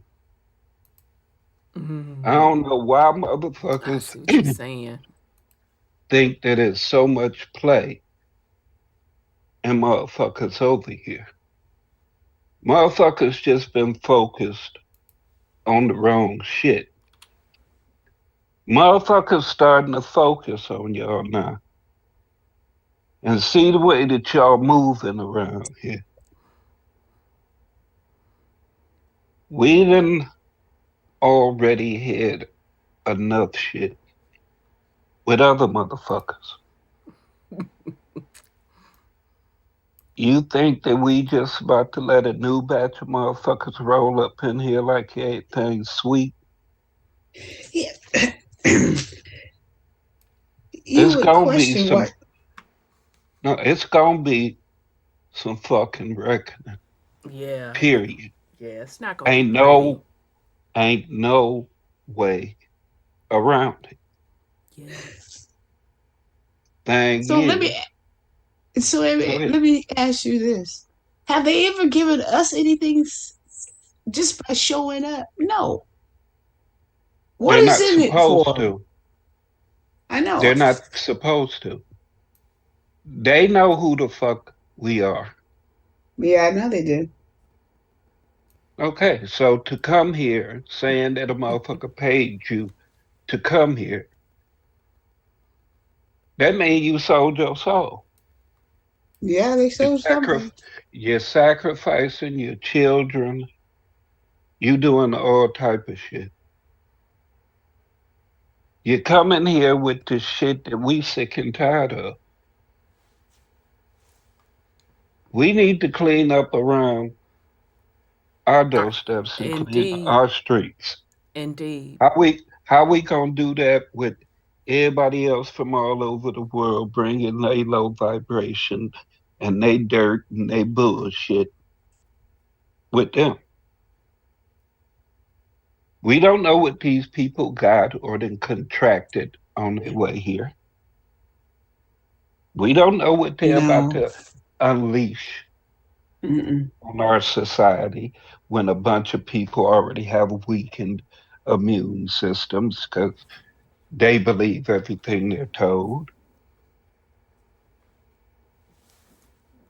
I mean, at some point, we have to step up, take accountability for our shit, and clean house. Right.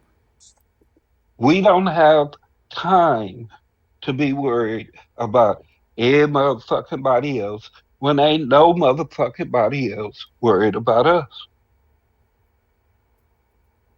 True. Ain't True no that. motherfucking body coming to save us. Agreed. True that.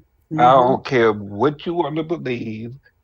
I don't care about no entity outside of self. If the entity you talking about is within you, and you talking about you putting in that work in order for that entity to come out, if that ain't what you talking about, I don't want to hear it, because that motherfucker you waiting on ain't coming. If they was coming, they'd already been here. As fucked up as shit is, they'd already been here. The Galactic Federation and them been coming for how long? They Oh keep well. saying this shit is over and Right. these new waves of energy is coming in and this new technology and all this. And it's the same messages that they've been saying for 10, 15 years. Thousand Right. years. I mean, when the fuck do they actually get here? Oh, but we need your permission. You have to ask us to come and help. Motherfuckers, I mean, what are you looking at or listening to? Don't you see all these motherfuckers praying to y'all, Right.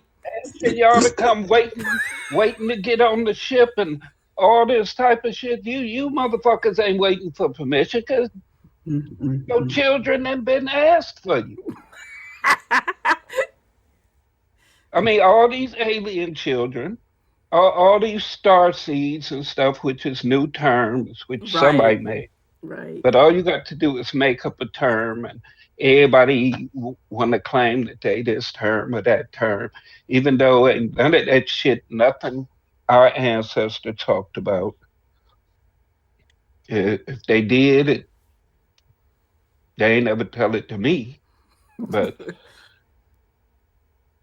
I mean, you want to be everything but what you are. You want to do everything but what you're supposed to do. Ain't nobody coming. Trump ain't gonna save y'all. He really not. He got enough problems Right. of Of his his own. own. Right. He got cases on him. Shit.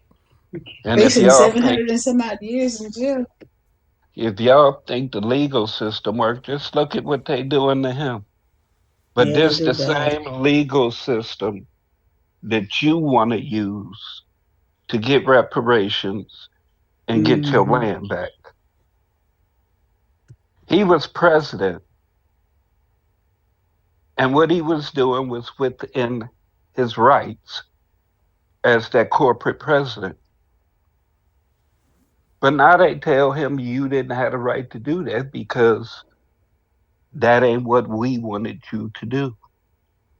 Exactly. That's what they're saying. So Then it changed it. Mm-hmm. anytime you're doing something they don't want you to do, what chance do you have? You don't have billions. You don't have Secret Service agents around you.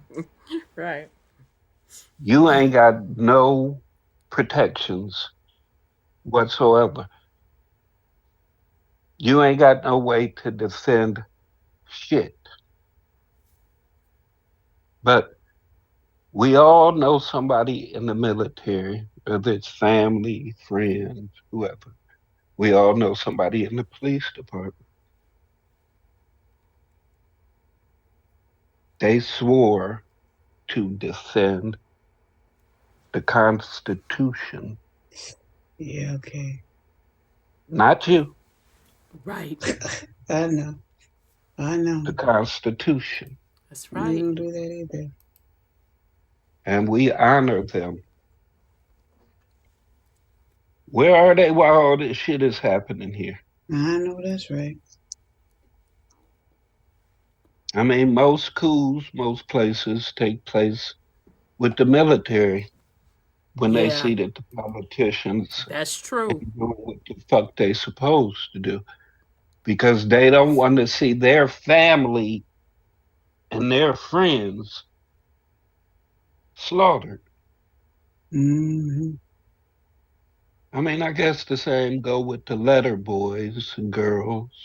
Right. Right. Right. Right. They, they related to somebody. But I guess with them, maybe their family members are threatened too. So I guess. I don't know, but either way, it's us who keep the machine going. It's us who uphold the Constitution, fake one, the organic one, Right. whatever piece of paper they decide to put in place, whatever statutes or legalities they choose to put in place, we enforce them. Yep. The policymakers can't go around to everybody and make everybody do shit. So they get us to do it to each other. And we do it. Instead of learning they goddamn secrets, learning how to defend against them, learning how to profit off of them. As people from other countries do, they come here, get everything they can, and send that shit back home. They don't give a fuck about this economy or the indigenous people here. They only care about other corporate citizens who have the same objective that they have. But I digress. Indeed. Indeed. All right, fam. So we're gonna move on to the spiritual side. Um, but in the words of Teddy Pendergrass, and y'all, this real old school, this Mama and them's group. think he was when he was with Harold Melvin in the Blue Notes. Yeah, hell no. If you don't know them by now, I mean, what the fuck you want us to say? You'll never know them. You will never. I'm gonna be in the motherfucking background. Sean gonna be, you will never, Sean and Teddy. I'm gonna be in the background. Woo. I mean, what the fuck you want us to say? Shit. It is what it is. See it for what it is and move accordingly or not. Or accept. Stop lying to yourself. Because again, your actions, what you put your energy in, is what your focus is. Because you could do all of this all day long, but where's the actions behind it? It's your choice. All right. So, I did have a follow-up I wanted to go into on the spiritual side. This was my first time hearing about a gentleman called Darius. I know Queen Ottawa, Teddy was getting it. If you don't know me by now, you will. I'll be in the background. Never know me. I mean, shit, he telling you, he's saying, goddamn it, now I done did X, Y, Z, 4, 5, 6, 7, 8. What you mean you don't know me? If you don't know me by now, shit, I don't know what to tell you. And that's what the U.S. corporation is saying. Shit. All right. Okay, so this gentleman, Darius J. Wright, go check out his website. Last time we were on the air, I took a snippet of one of his talks when he was going into how this particular simulation is literally that, a simulation, and it has a quote expiration date to it. Okay, and it was pretty profound. And he also went into that, once this particular simulation experience is over, that's it. So meaning no more reincarnation. I put the term that it would be like a museum. Okay, that you can review the tapes, i.e. the Akashic records, but there would be no more simulated experiences in it. And he also talked about that there is no such thing as a soul trap. You make the decision through your higher consciousness yourself what you want your journey to be. Okay, so this is why I have taken so much time out of this year to go over this particular series, because I want it to be clear, because I've been screaming this for quite a few years now, and I know a lot of people got pissed with me when I was talking about on the physical side. I don't want to hear that shit. I don't give a fuck about none of that shit. Don't come on my shit with that goddamn whining. What you gonna do about it? I meant that. Okay? This is the flip side. You have control of what you want to do. It's up to you. There ain't no victims. Only one I'm going to get a pass are the young souls coming into the realm. But even with the young souls coming into the realm, they have a soul plan. Okay? So us, quote, adults,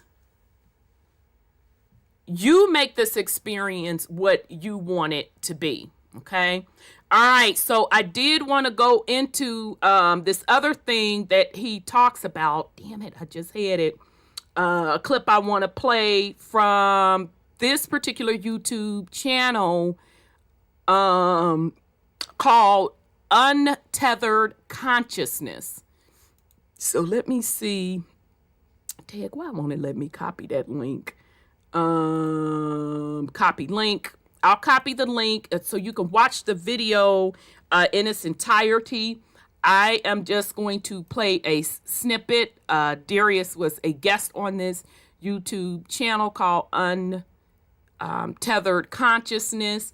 And in this particular segment that I pulled, he's going to go into the actual quote, quote, shape of the realm. And he's going to talk about time travel. And it's interesting that Brother Sean brought up the aliens and all of that, because he has an interesting concept on that as well, in which we kind of talked about that also, with angles of light, and it's everything is not what people think it is. So let me try to pull this video. Damn it, I hate this because I had it all queued up, and that's what the hell I get. Which one is it? Rhonda. 5 minutes. It's like an OSB out of body. I saw that. Yeah, now I got 49 different versions of it, and I don't know which one is the right one. So hold on a second, fam. Let me see. You did the. All right, hold on. Let me try to find it. Hold on.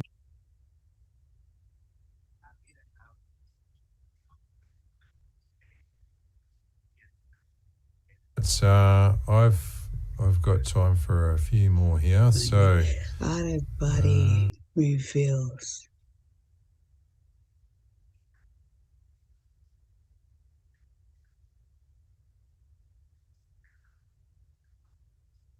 Didn't say his name.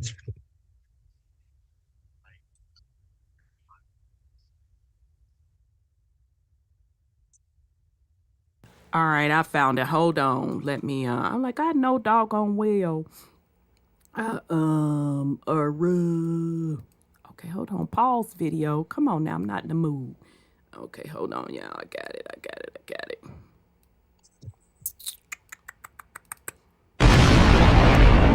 Child, I'm hitting everything but what the hell I'm supposed to be hitting. Okay, here we go, fam.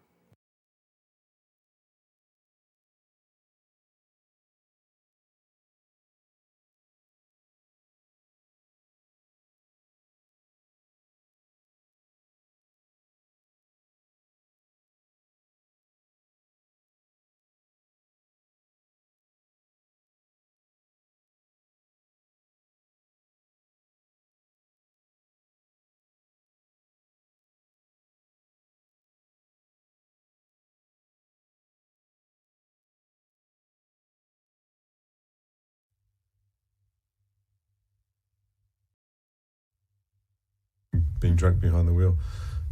So let's have a look and see what other questions we've got here. So if you do have a question for Darius, just chuck a Q in front of it. We've got a lot of people tuning in, which is great. If you haven't already said hi and let us know where you're from, then just let us know. We'll give you a shout out as well. So if you're just tuning in or you're watching this on the replay and you've skipped forward, I'm Rod. I'm the host of Untethered Consciousness. So we just explore everything about trying to answer that question, which is who am I? And Darius is an expert with out-of-body experiences. It's something that he's been experiencing since he was very young, and he teaches people how to achieve the out-of-body state. So I've got a couple of other questions here. All right, so, well, this is interesting. A lot of people who visited the other side seem to change their view about Earth's real shape and appearance. Yeah, I've heard people talk about this too. I was curious about it. What do you have to say about that, Darius? Okay, so coming straight, the Earth is not a spinning ball in space. It's a fixed. I've shared this in the nature of reality. Mm-hmm. It's fixed. There's a dome above, a firmament, right? The earthly realm is within a construct, and this construct, when you leave your body and you leave the construct completely, you view it. I'll actually share my screen if I'm able to do that. Yeah, you should be able to. Yeah, you can drop it into the stream. Okay. Let me just, if you don't, because it's, I've shown this many times. I'm just pulling it up right here. Okay. So yeah. Just give me one sec. Bam. And present, share screen. Okay. Oh, whoops, let me actually change this so it's over here. Let me try that again. I'll just make sure that you are allowed to do that. Let's see. Yeah. Oh yeah, there we go. I'll just add it to the stream. Here we go. All right.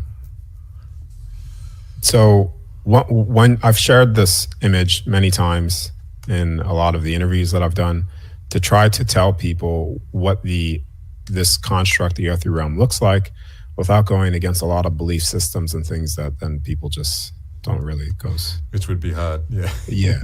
So basically, we're not spinning. The space is not what.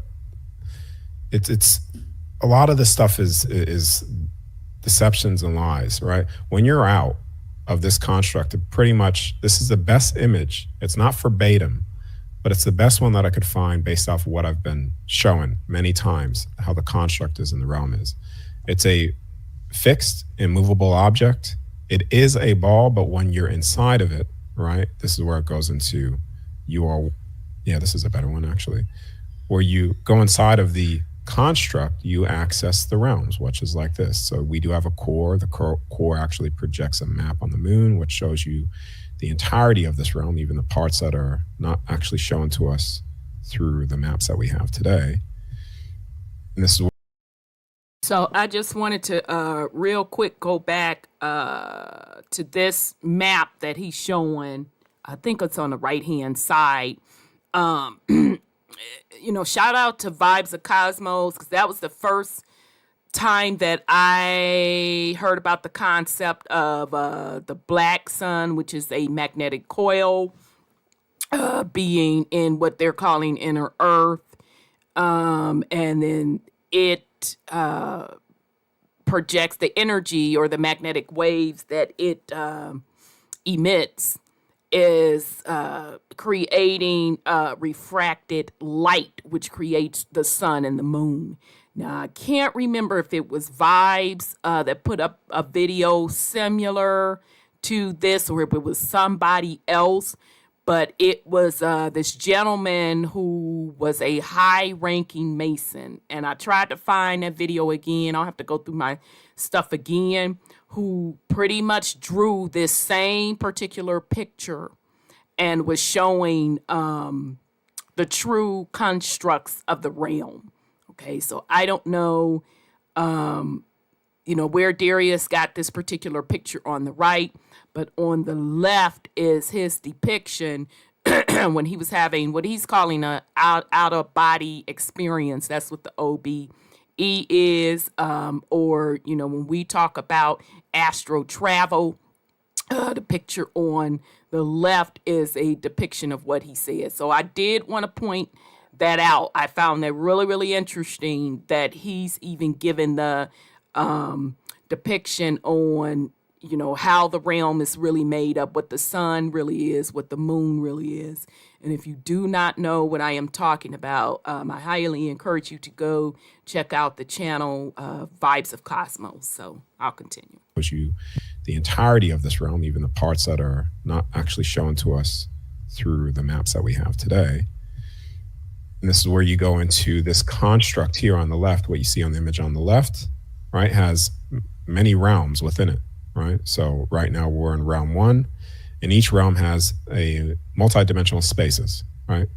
So sometimes I've even seen, if I go back down to this image, sometimes I've even seen certain realms like puddles on the floor. It's like, if I zoom in there, sort of look like puddles on the floor, still fixed and immovable. It's almost like that's where you can sort of walk inside of it. Or now, interesting. I paused here because anybody that's, astral traveling, we all do it. You just may not be aware that you're doing it. And you'll know that you're doing it when you have these really, really vivid, colorful dreams and it appears real. Okay, so you can go back to some of the beginning episodes in this series to get a feel for what we're talking about, but pretty much more than likely, you've had this experience. Now, I also talked about astral travel experiences, and when he said it looks like a puddle on the floor, I kind of sat up because, sometimes when you're astral traveling, you will like jump in the ground on a puddle of water, and then you'll wind up in another place that you're thinking per se is Earth, but you're still quote quote dreaming. So that really that one knocked me down, because have certainly had experiences where I was quote quote dreaming vividly, i.e. astral traveling, and entered into another area via a puddle on the ground. So I'm like, hell to the no. So I guess my higher self didn't want to see it, like blood saw it. I just knew I was jumping into this puddle of water, and then, instantaneously I'm in another area. So I thought that was really, really interesting. Or enter certain constructs, realms, etc. through what you're seeing here. But I'll stop sharing my screen there. Yeah, that's fascinating. I'll drop that out. Yeah. All right, next question. We've got this. Let's see. We've got Dev. I'll come back to you because I want to get someone new. Anthony, let's bring up his question. While out of body, have you ever... Okay, I pulled this up before I read it completely. It's up to you. Have you ever accidentally seen people... So here's an interesting one from Christina. Thanks for joining us today, Christina. Appreciate you coming on into the live stream. Are there land masses outside of the ice wall, and have you visited them? I don't know. What is this ice wall? Do you know what that is referring to? Yes. This is going into a topic that I'm going to be careful here because I know this is on YouTube and stuff like that. So, yeah. But there's more places within this realm that are this earthly realm, anyways, that is not necessarily accessible to the general public. Mm-hmm. So you get the Antarctic Treaty and things like that. But yeah, there is more. This place is much bigger than what's advertised, really. Mm.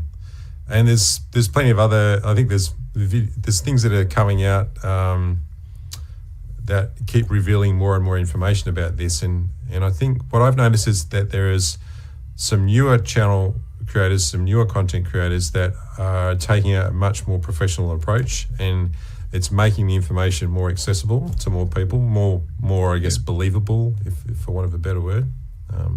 Sean Ryan is one that comes to mind, especially when it comes to like ufology and that sort of thing. It's becoming much more mainstream. All right, so we've got a question here from Deb. Yes, you do watch Nikki. She's really good. Well, damn. Sorry, y'all. I thought I had edited all of that out. How much time you got, Darius? How you going for... Oh, good. I've probably got about another 10, 15. Have you ever come across what people call light beings? Sorry, this is my first time here. Good question. Light beings. I guess they are beings that are very shiny and light and bright. I haven't necessarily seen light beings. I've seen what you would say angels, right, with wings and stuff like that. But when I'm out of my body, maybe they would appear as light to us physically when we look at them. But when you're out of your body, you're accessing the same frequency that the beings are there, so they appear solid to you, just as real as here, but without all the distortions, decay, etc. So.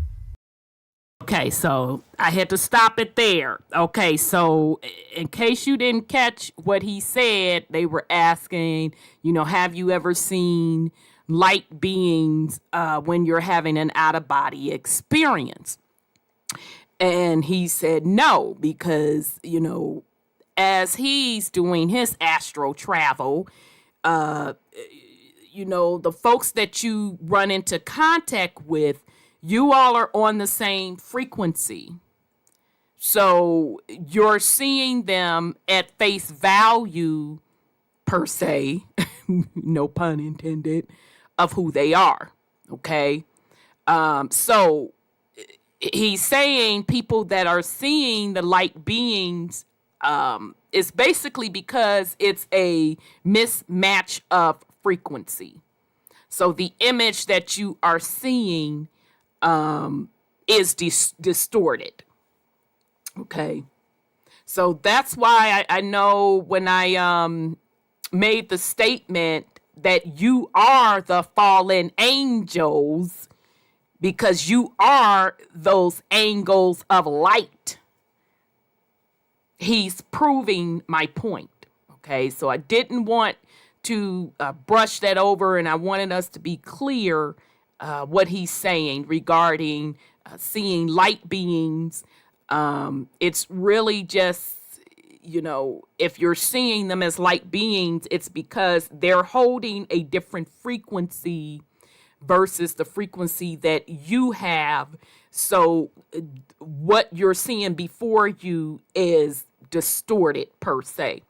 But once you are out of your quote, quote, physical body, which is tethered to this particular simulation, and you're in the spiritual realm or the astral realm or another dimension, your frequency has to match where you are. So that means whom you encounter, you're going to see them at quote, quote, face value. Yeah, I mean, there is a glow, like there's a lightness, but it's not just like pure. I haven't seen just a pure light being. I've seen Celeste was, she was a mix of colors, but it wasn't like what I think he's asking me, which is just pure white light. I haven't seen that. So what do you see when you look at your astral body, so not your physical body? Does it look very similar, or is there some sort of light that permeates it, or does it vary? So I've when I first come out, I look exactly the same as my physical body. There's only been two occasions where I've come out of my body and I was black, like almost like the void black, like my whole. But typically I look exactly like the physical body, and then yeah. So interesting. So we've got catching up with some of the questions here. Robert, all right, I'll indulge in this one. I have pondered aliens as where they come from. Me too. Are they just time travelers? I think some of them are. Or are they from other planets? I think some of them are too. Time travel to the past would be dangerous. Yes, so a lot of the aliens are still within this realm. They're also you access those spaces through the land masses that aren't shown to us on the maps that we physically, anyways. When you take the soul out, the aliens and stuff like that, it's just you're accessing another dimensional space, and they're all there as well. Time traveling, you can't. It's yes, because you could access potential time events there. But it's it's not necessarily not time travel isn't really the way it is related to this realm, because I mean, yes, all things are happening all at once. That's how it's been presented to me. But it's like I stated before, there's certain event markers within this realm that are preset and pretty much inevitable to take place. So it's not like they could travel back in time and change something to not happen when there's certain preset markers for this particular realm. I mean, this goes to pretty deep. I probably will workshop on it to go deeper into it to give people more context. Yeah. And I think about from the little reading that I've done with Dolores Cannon and the messages she's gotten, it. Think about a benevolent race. It's kind of like Star Trek, there's there's the number one ethos is do no harm. So they're not interested in doing anything, even if they have the ability to sort of move into different time spaces. It wouldn't be. You imagine a race that's like thousands or hundreds of thousands of years ahead of us. They understand the ramifications of, even if they could, of changing things, and it would make sense that there would be something. It would be totally against the rules of what they can and can't do. Yeah, I mean, you can. I'll just elaborate on it just a little bit, right? Because when you're accessing time, let's say, for instance, the parts that I've accessed of it just through the out of body stuff, seeing things that were going to take place that did take place in my immediate circle. I could have changed that scenario. So you could say, oh yeah, I could disrupt time events. Yes, I can. Small things, right? And the same things with beings that access time. They could disrupt small things, but I'm talking about that there's certain things within this realm that are preset due to cycles that cannot be changed, even if you access past, present, and future at the same time, because it's So that's why I said it goes into. It's something that I would need to put a presentation on to really have people understand what I'm talking about. But yeah. All right, so I've got time for a few more here.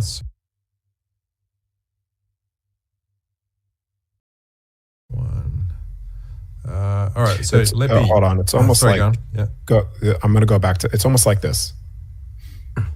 It's almost like when, so there are realm events, like let's just say there's two different forms of contracts. There's the realm event, the earthly realm that we're in has certain contracts and event markers that will take place, and no soul could override that. It's just set, that is set in stone. But then you also have soul contracts, right? Which are the smaller versions of contracts that can be changed just with a thought, and you could change it, dissolve it, move on, etc. But you cannot change the major event contracts that are preset. The same thing when it comes to time. When you access time, you could change small, minor things, right? Or disrupt it, right? Because I could see a potential thing in my circle, disrupt it, make sure it doesn't take place how I've seen it. I could disrupt those things, and same thing with entities could disrupt minor things, but not fix realm events that are set. Does that? Oh, I had to stop it there. And interesting question, son Scotty, and I'll go into that question. All right, so just to kind of reiterate what he's saying. Okay, so he's talking about two different types of contracts, right? He's talking about the individual soul contract, which you as a soul, that's your contract. You could change, edit, however you want. Okay, that's your business. Okay, that's your individual soul journey. Okay. Then there is he calls it the bigger realm contract. Okay. So I'm going to put it to you in the, let's go back to the video game analogy. Okay. So that would mean, let's say the particular realm contract or script had how this was originally set up, that it was going to be 11 versions of this particular video game or realm. Okay, so each version, okay, let's say, version 1, and I'm not a gamer, shit, I don't know how y'all call them. Okay, so version 1 happens. Okay, then catastrophe or wipeout, or what we are calling, shout out to the Mudflood community, resets. Okay, then you go to version 2, then 3, So those are what he said, historical markers that can't be changed, because Those were the rules built into the realm, or the matrix, if you want to call it the matrix, or the simulation. But what you do have control over is your particular experience within the matrix, okay? Your individual soul contract. All right. Okay, so I hope that makes sense. I did want to stop and kind of break that down a little bit. Now, interesting question, son Scotty, when you talk about the moment when assessing the time construct turns into the outside of time. How do you put into words what you are accessing outside of time? What is the space absent of time? So, you know, that's why when I talk to people, and, you know, I have over the last, I want to say, last 2 years, I've started keeping, I started becoming more aware of what we're calling time. And, you know, when you're astral traveling, this, that, and the third, there is a difference, because you can be, you know, and you and I talked about this, sis Sandra, where, you know, you can be somewhere, what you're calling, quote, quote, dreaming, which you're really astral traveling. You're out in another realm. You could be kicking it. I mean, having a funky good time. And you think, you know, time has went by really, really fast. But yet, once you get back into this particular realm, it's not matching. So in other words, the time that you felt as you were having your experience kicking it is way off and way different than this particular simulation's time. And that's because it's different dimensions, hence different frequency. Okay. Now, even, Yes, I'm sorry, go ahead, son. Go ahead. Yes, because I was throwing it out there as kind of like a rhetorical, but for other people, because as my experience of it is that I like see it so like, if everyone saw this movie, Everything All at Once at the Same Time, it's like that. It's like time and space folds on top of itself multiple times. The timelines all collapsed. And so within the time construct, there's a lot of like manipulation.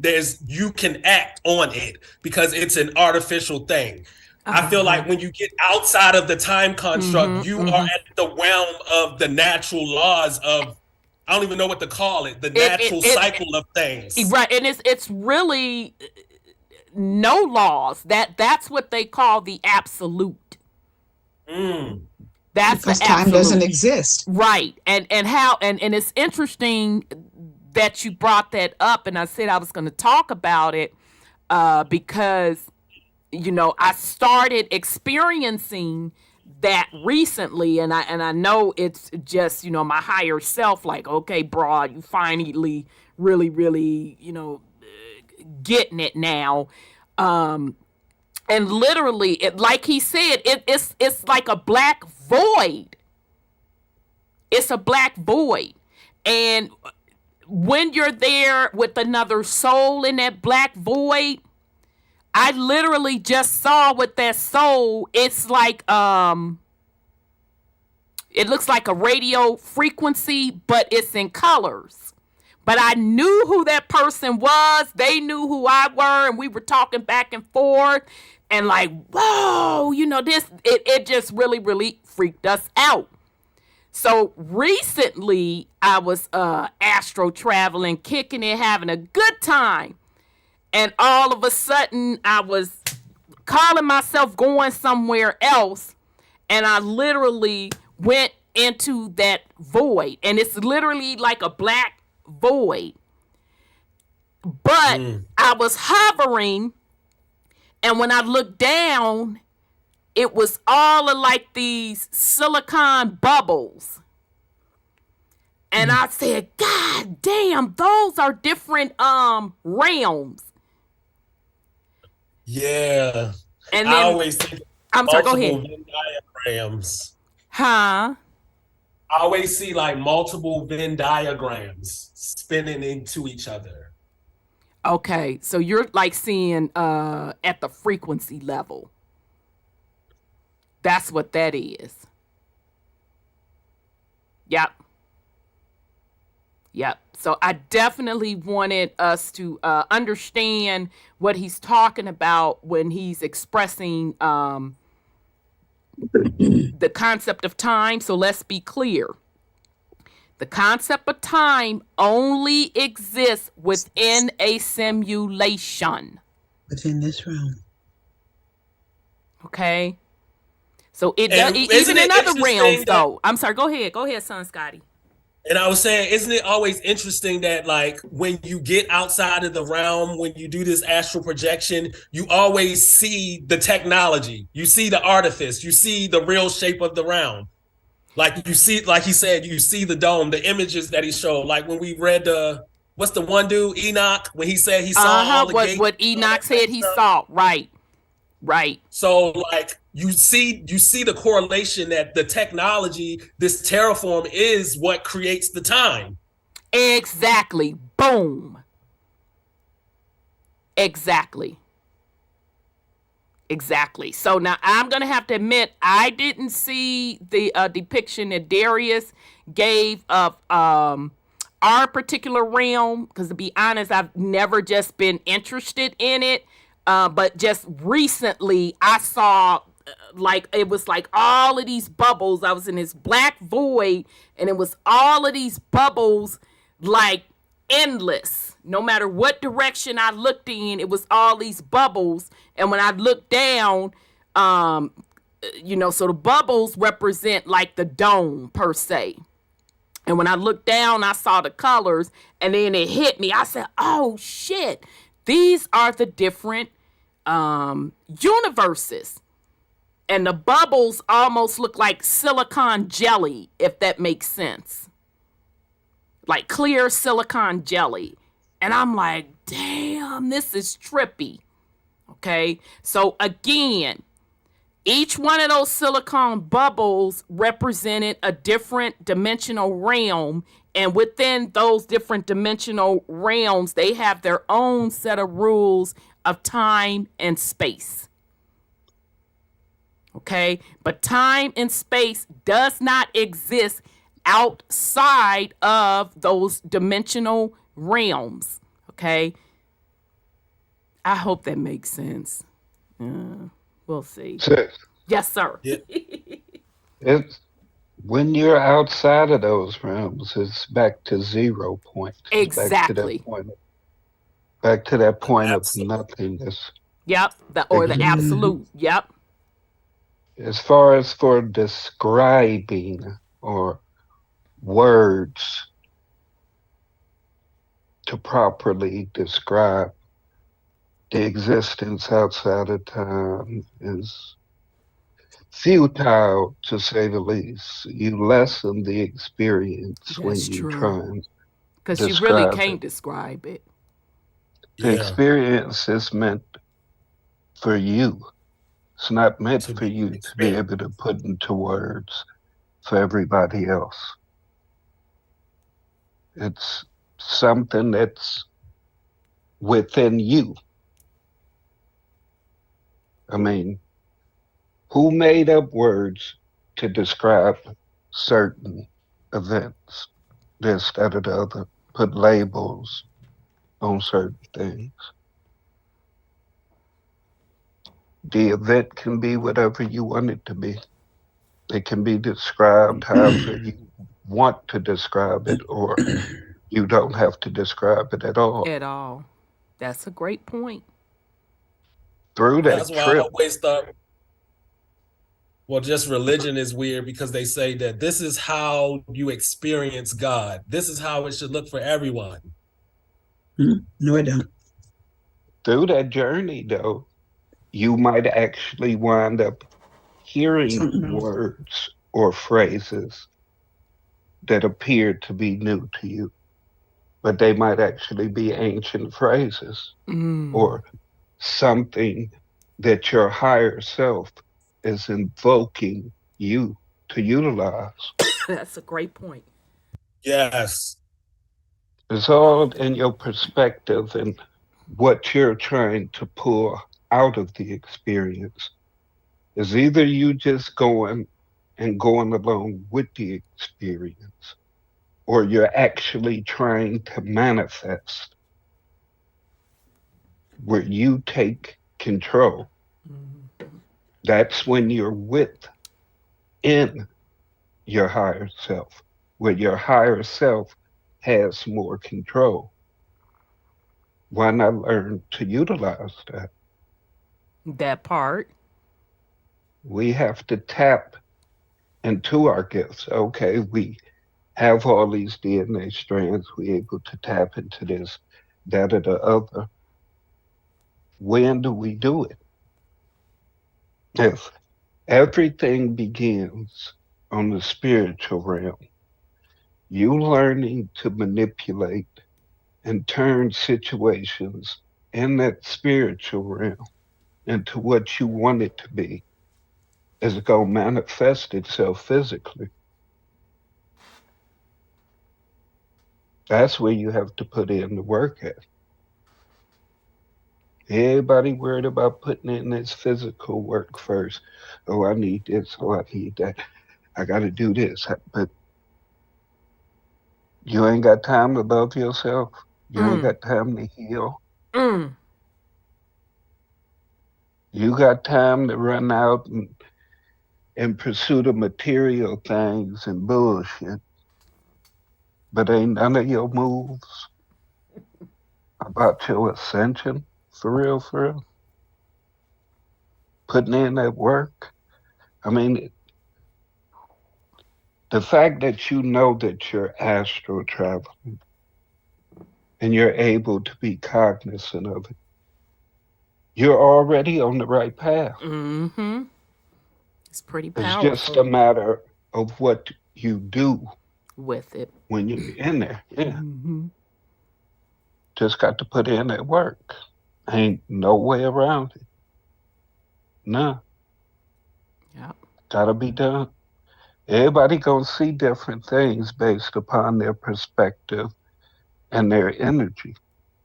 Never go off into it expecting to see what somebody else saw, trying to replicate somebody else's experience.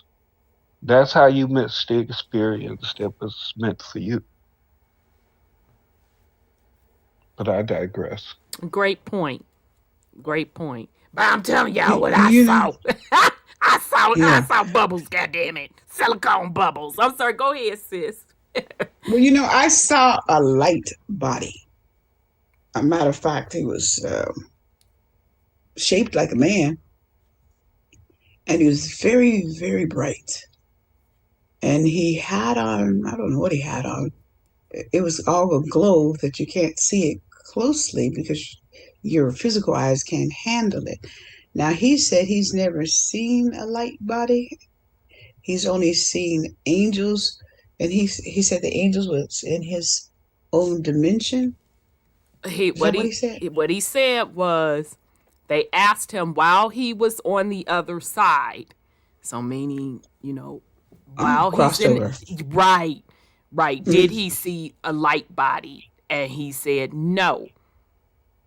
They not just pure light. He literally said no, not just pure light. Yeah, he did. He said now he's seen where and he named whoever that person was. I think he's referring to that person as a spirit guide.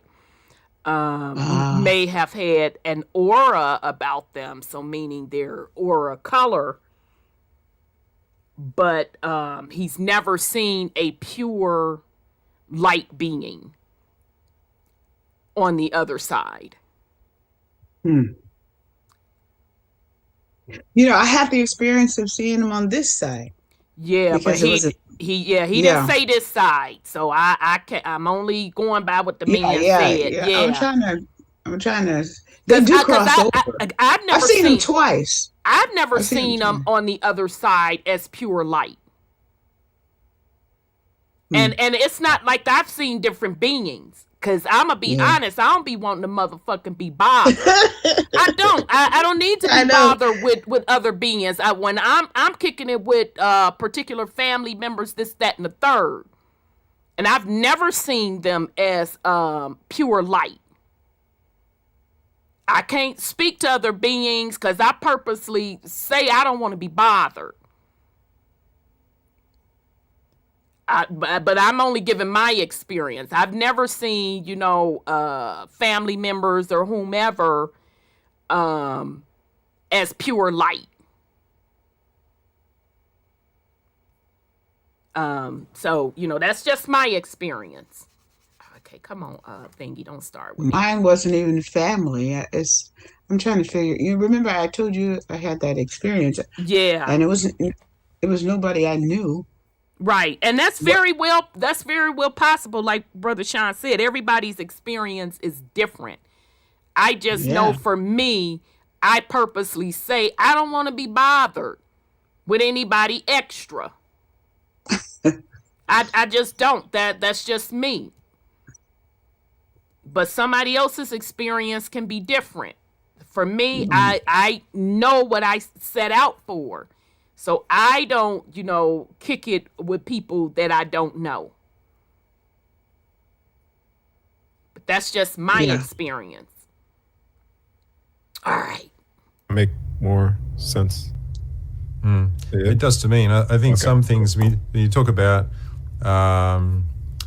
there's possible events and then there's the probability of those occurring. And if we just look at statistics, probability, the higher the probability of something occurring, the more likely it is that possible event will occur.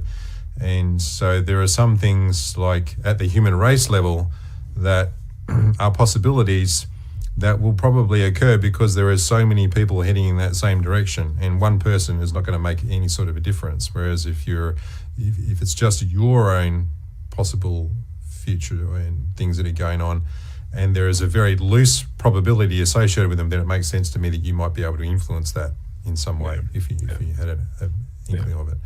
Because they have used the cycle of time to also, like I said, loop it, loop the realm event, event markers, the unchangeable event markers. So they have looped the unchangeable event markers. They have done that. But you know what I mean? But it's you can't change certain. Yeah, that's why I said I don't want to go too much deeper on this because, yeah. All right. Well, this leads into a question. I've got 5 minutes. So if you have any questions, drop them in. I'll do the best that I can to pick them all up. Okay, fam. So that was pretty much it. This Darius J. Wright. Go check out his particular YouTube channel. That particular video, I dropped the link in the comment, but if you want to see it in its entirety, it's from the YouTube channel called Untethered Consciousness. So you can go out and check the video out in its entirety. All right. So anybody want to put anything else on it before we get into the other main topic? Well, we are in the main topic now. If not, I shall carry on. Hold on a second, fam. I got too much shit open, y'all. Sorry, let me put that down. Okay. Let me get to... Oops, sorry, y'all. Hopefully, y'all should be able to unmute yourself, because I know sometimes when I switch from that Zoom... Okay, you good. Okay, good. All right, so I'm going to get into the main topic now. I'm finna give a disclosure. Because what I'm finna get into, it might be triggering, okay? And I'm doing this for a purpose. All right. This is going to be more on the topic of healing. It's going to be specifically on healing you, your wounds, inner childhood wounds. Okay? So I'm not going into anything graphic, but I do want to put that disclaimer out there because, some people may be sensitive as as I start diving into this information, talking about healing, childhood traumas and events. So if that's something that you feel that you're sensitive to, this is the time to just, click off of the video. Okay? Because I don't want anybody to be to the point where some information is so overwhelming for them, okay, that it's doing more harm than good, all right?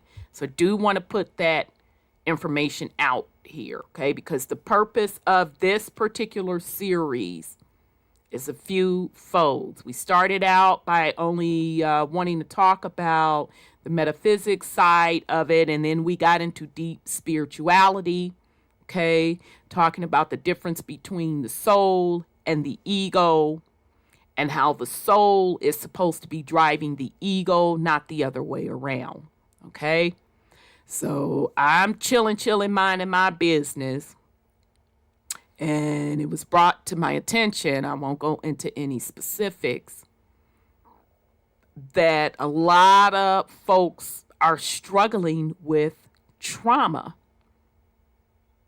all right, based on their, not only this particular lifetime experience, but several lifetime experiences, okay? And it pretty much hit me that it really is not going to matter how much, if I sit here and talk about soul stuff and ego stuff, if folks are in pain. And they are stuck in that pain. They can't seem to navigate out of that pain. And not only are they stuck in that pain starts to span across generations. Okay? So I do want to get into that side of it tonight. This is going to be a serious adult conversation. All right? So again, if you feel this information is going to be too much, I understand. I wish you well. So let's get into it, okay? All right, so now we are diving back on the physical side, and as your consciousness and the experience that you are having on this physical side, how it is impacting you at your soul consciousness level, okay? All right. So, we all know about emotions, okay? And all of these two slides are really just psychology 101, okay? Okay, so I'm not gonna go into this, all right? Anybody that's taken any type of psychology class, or you can go online and find this stuff, and, it is what it is, okay? This is what I want to really get into. Let's talk about childhood wounds. Okay. Now, I did pull these particular bullet points from a psychology situation. Okay, and it's a whole page about it. If I remember, I will drop the link in the chat. Okay.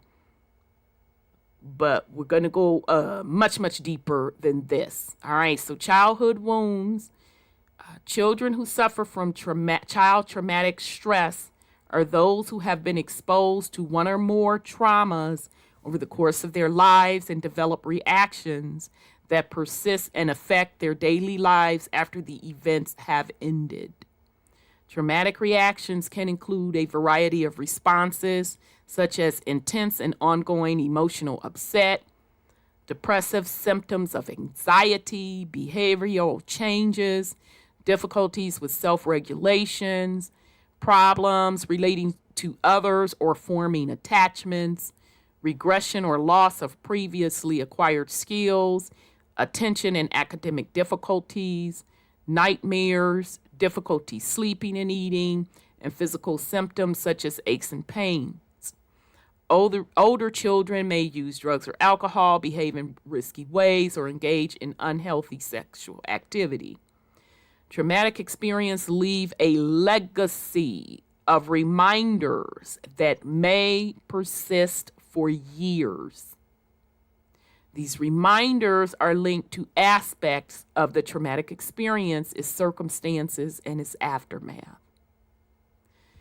Trauma and loss reminders can reverberate within families, among friends, in schools, and across communities in ways that can powerfully influence the ability of children, families, and communities to recover.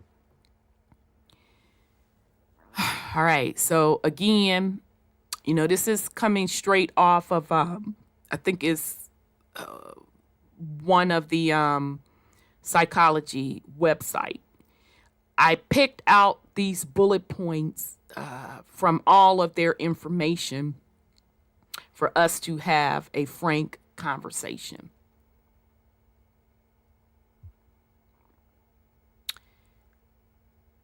People who have childhood trauma / wounds,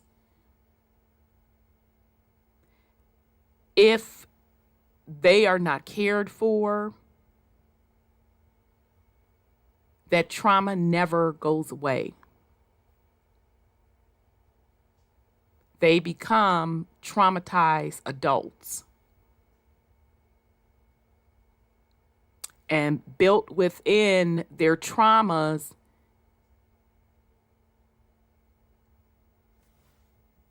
are behaviors that they develop. And a lot of times those behaviors are even developed throughout childhood as coping mechanisms and sometimes survival.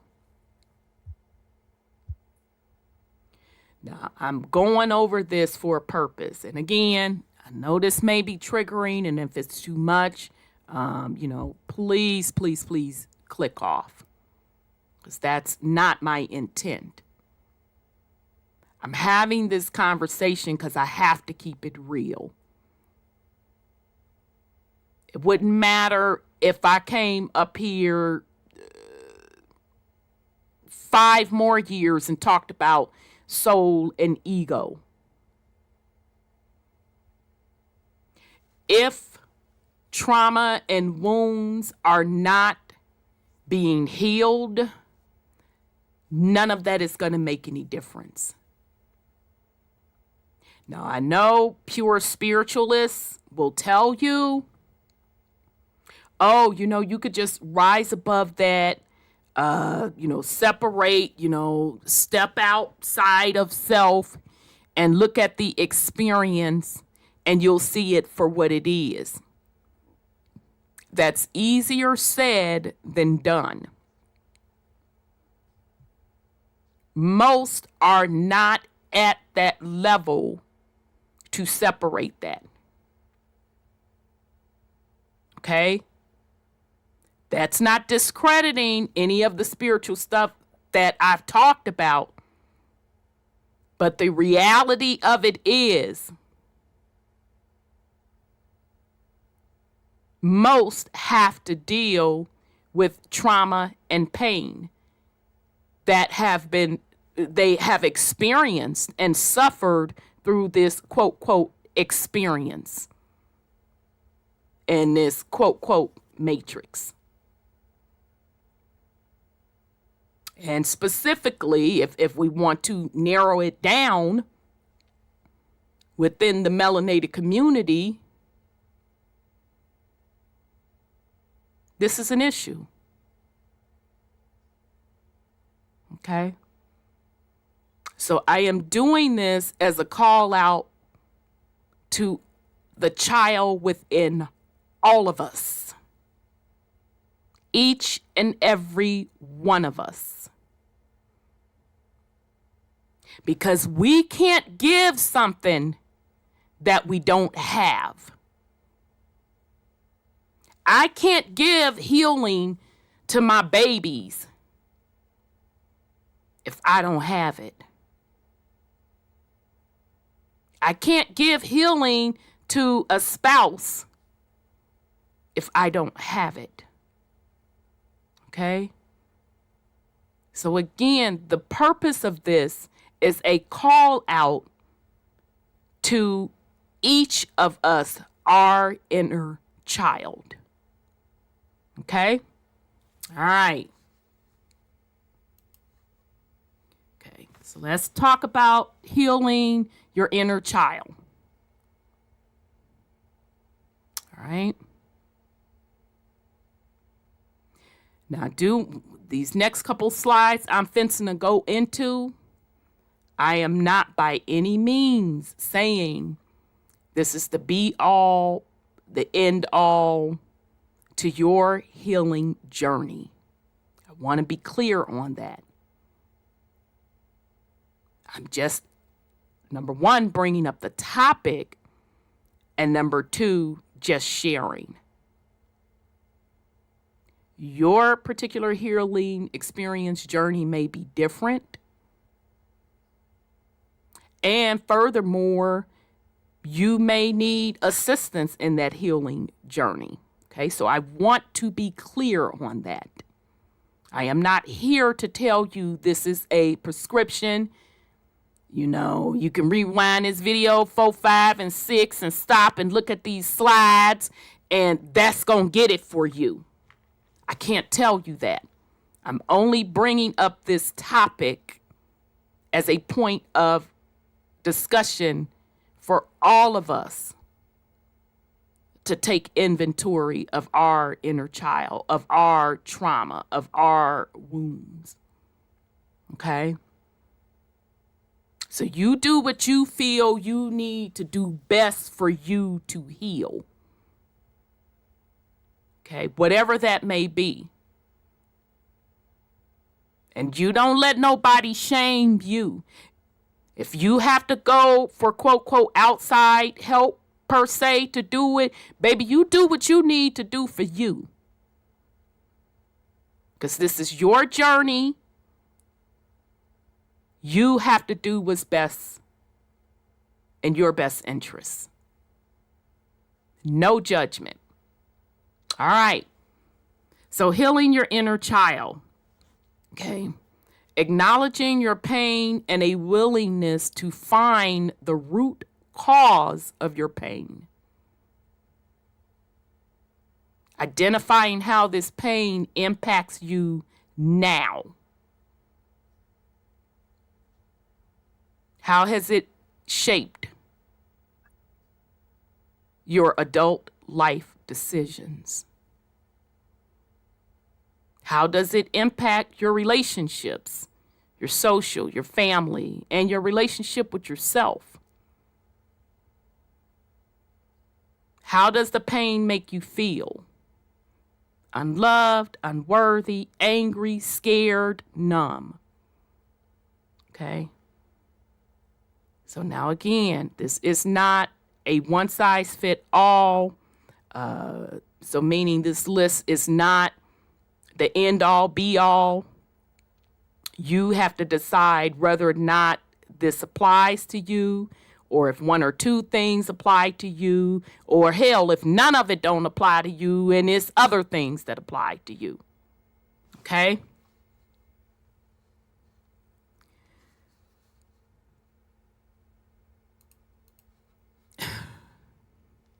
All right, so I already said that. Not a one size fits all. I will not be using the cliche of forgive your abuser. It's not about that. This is about you, and the authentic you. Okay, so I'm fencing a pause. In case the panel want to put something on it, let me get some water. If not, if it's gone. Sorry, go ahead, Brother Sean. It's about the intention that you put into your healing. You have to set your intentions going off into it in order to zero in on the source of the pain. I mean, some of those basic steps are universal, even when sitting in medicine. The thing is, until people are actually in a comfortable enough environment, in a space in which they feel safe, most people aren't going to be able to get in touch with that to get to the root cause of it. So, of course, getting help. No, there's never any shame in that, having some help. But you still have to put in the work. It's not just a matter of somebody sitting you down, giving you the old cliches, which most clinical professionals would do, because Agreed. everything with them is about time. They get paid the longer that you're there. Right. But they mainly ask you questions so that you face yourself and That is that you correct. go within yourself. Mm-hmm. And you have to be totally honest with yourself. Can you say that last part again? You have to be totally honest with yourself if you're truly seeking healing. You have to accept responsibility for what part you may have played in something. Like she said, it's not necessarily about forgiving your abuser. It's about forgiving yourself because it wasn't your fault. Right. No one has the right to abuse you. Whether they tell you that they did it because they love you, whatever the reason is, no one has the right to abuse you. Forgive yourself. You don't have to continue being a victim. You have to take control of your life. Not saying that it's going to be easy, That part. but it begins with forgiving yourself and altering your perspective of yourself. You can't keep looking at yourself as a victim. You're still here.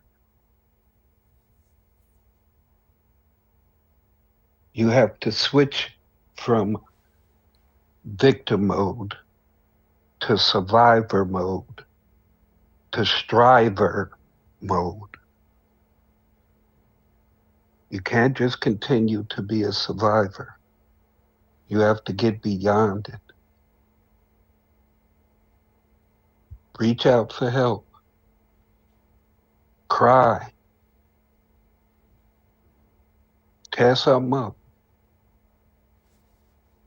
Do whatever you have to do in order to forgive yourself. Not punish somebody else. Right. Forgive yourself. And I digress. No, a very, very good point.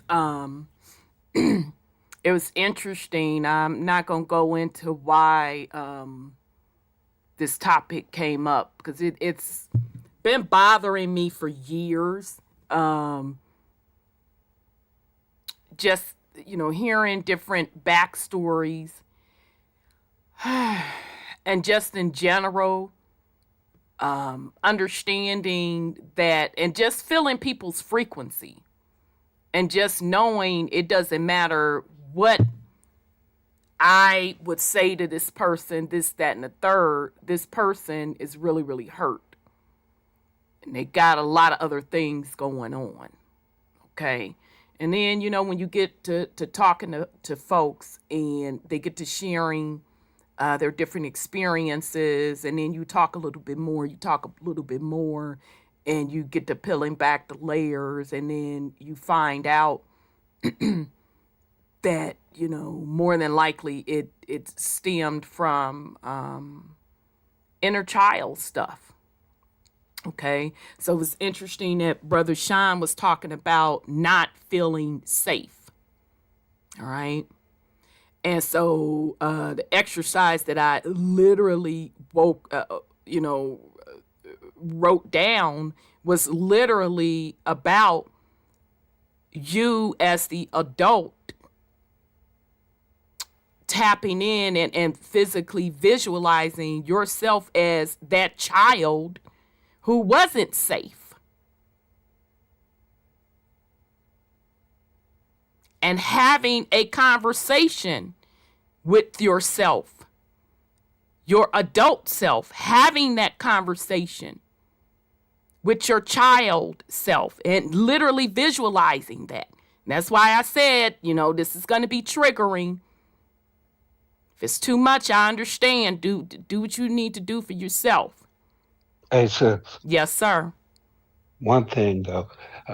Couple days ago, Lisa and I was having this exact conversation. Oh, my God. I mentioned to her that no matter how much we go over this soul stuff, come on with it that now. people are still hurting from the 3D physical experience. And until they can bring that into alignment, the spiritual stuff ain't gonna sink in. Okay, so you and I must have been on that same frequency. Exactly. We was on that exact same frequency. And they talked NAM this week. No, we haven't. We ain't talked this week. Wasn't planned. No. I literally I got to sit down and write this stuff down. I can't not finish this series and not talk about this because ain't none of it gonna matter.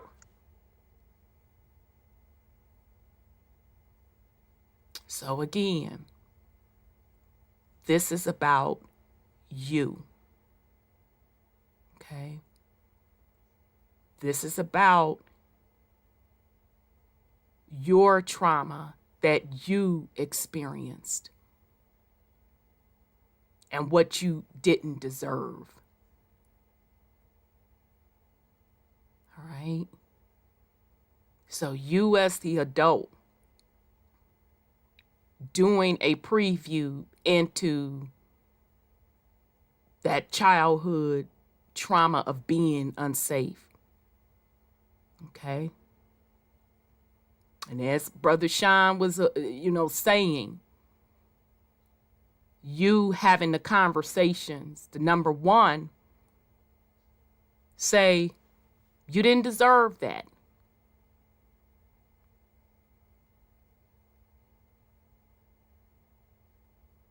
And talking with yourself from adulthood to your inner child,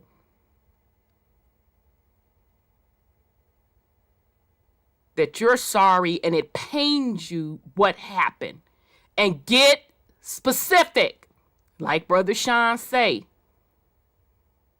you got to be honest. You know what happened. Okay? Now, I'm not here to sugarcoat this. It's going to be rough.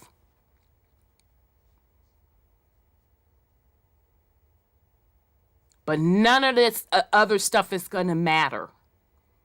And I'm not fencing to sit up here and be fake and phony and tell you can just, I am a sin and all of this trauma and pain is going to go away. No, that's not the quote, quote, reality of it. Okay? Now, I'm not saying necessarily you have to do it this way of the adult you having a conversation with the child you. Again, whatever method you feel is best for you, you do that. But the takeaway from this is acknowledge the pain and the trauma and be specific. Because you know what it is. Okay? And be honest with yourself. How, because of those things that happened, how did it make you feel? Okay? And allow yourself, anger, whatever it is, allow yourself that.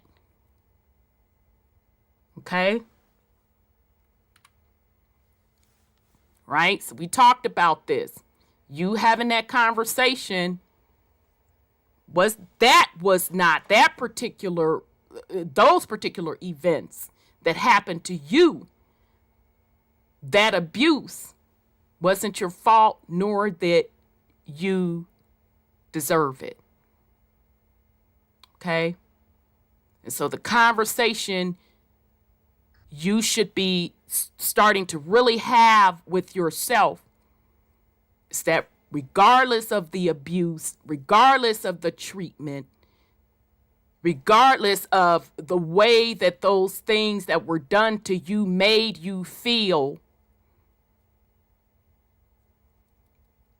start to love yourself.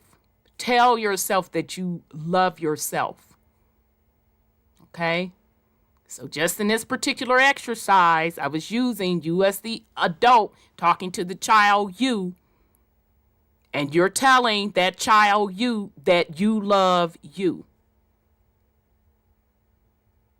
Okay? And as you're stepping to, because it's going to be emotional, it's going to be painful. Okay? And as you're working through this, let yourself know that the adult you, the you with the control, with the ownership of your destiny, you'll never let that happen again. Because you are you and you are here to protect you. Or I put in here them, and when I was saying them, that's your adult you talking to the child. Okay? And allow yourself those moments to get it out. Cry, scream, whatever you need to do. Okay? You tell yourself, or if you're using your inner child, but either way, you tell yourself that you're going to make sure that you are loved, you are protected, you are taken care of, you are adored, and you are cherished. You're going to do that for you. You're going to do that for the inner child within you that did not get that. Make that promise to yourself.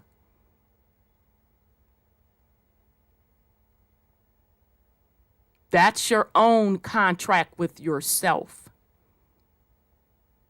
And that's a contract with yourself that you should never break that contract or promises.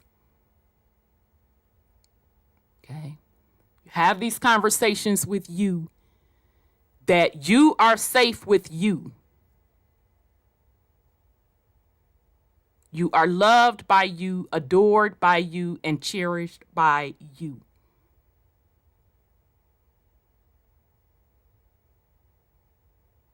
And that you always have loved you,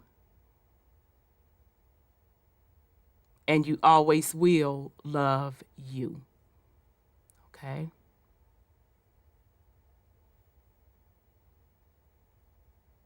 So I'll pause. I know this a lot. Had to switch it up again a little bit because I wrote this in the content of your adult self talking to the inner child. So I'll pause a moment in case somebody want to put something on it. If not, we gonna move on.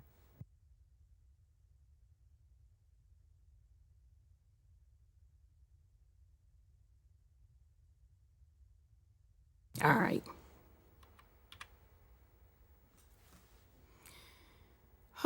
So why are you talking to you?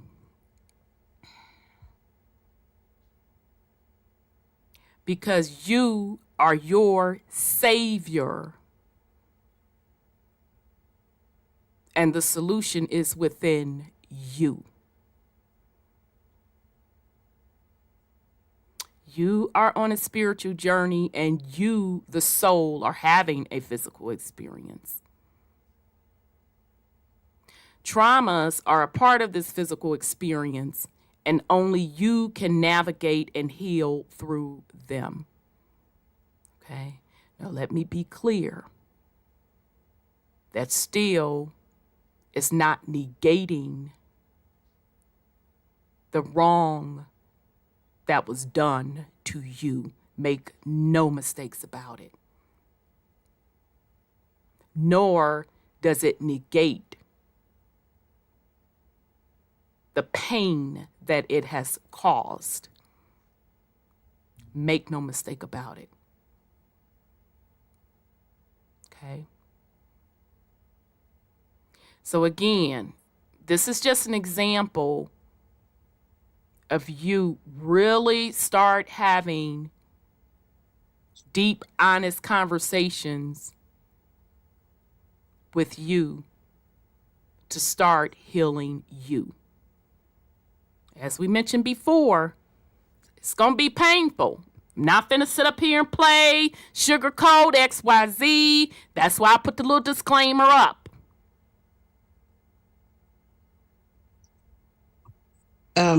Yes, ma'am. Personally, I've already kind of like met my demons over the years, but I have a child who came here angry, came into this realm angry. And you said that they can transfer it from another experience into the next life they didn't come into. Because he came here screaming, just absolutely screaming. I can't vouch for that because I don't know what those particular. I wonder if, this would probably work because he's been talking to me lately, and but see, when I was carrying him, he was crying, and I'm like, I'm not sad. Why is this baby screaming? Because you can hear him if you listen close enough when you're pregnant. My husband, my ex-husband told me I was wake up, you're crying. I'm not crying. It was the baby crying. And that child came here angry at the world, just absolutely angry. So right now, this has come up lately, like the other week or so, that I had to tell him, I said, first you got to start loving yourself and try to find out what you need to heal you. So I mean, this world is traumatic as it is. I mean, there's no way around it. We came in on the bad sign of being in captivity in this plane. But when they come here already angry, you got to figure out why. And I have yet to figure out why, but it's not mine to do. It's him. Right. To figure out what has caused him to be so angry. How come he can't just settle down? So he's on this, save a hole experiment. You know it's bad when Sandra gotta use terms you that know, way. Go ahead, Sweet Pea. He's trying to heal other people, and he's hoping that will make him feel better. Deflection, like, but keep going. Yeah, it's deflection. You got to work on yourself, brother. You can't help nobody else. The path they choose is their path. Right. You know, and he can't give to somebody something that he doesn't have. Exactly. He doesn't have it. He doesn't. Exactly. And I have to, be the mommy all the time and ask him, listen, you have to dispel all this teaching you have gotten from all these other sources and find out what is it you need. Because you can't put your thoughts on somebody else for them to heal. Now, it's interesting. I'm going to ask from the men point of view. You have to heal you. Yeah. And think that once you're totally healed, agree. Settled. Totally agree. I'm going to ask the men's you peace and love perspective. Mm-hmm. So, Brother Sean, because in this particular matrix, there's concepts, all of these concepts of what manhood is, concepts of what womanhood is. So I can talk certain things to, I'm quote, quote, blue in the face, and it's not going to mean anything to a man. But coming from a man, they could say the same damn thing I done said. And they be like, oh, yeah, brother, you spitting fire. And I'm like, ain't that a bitch? But but that's okay. That's okay. I learned. Oh, that's from a man's perspective. They caught that frequency from a man. So son Scotty, brother Sean, any words of advice? Because I'm gonna shut the hell up. I can't get at man. I didn't say what I had to say, but any advice from the male perspective? Well,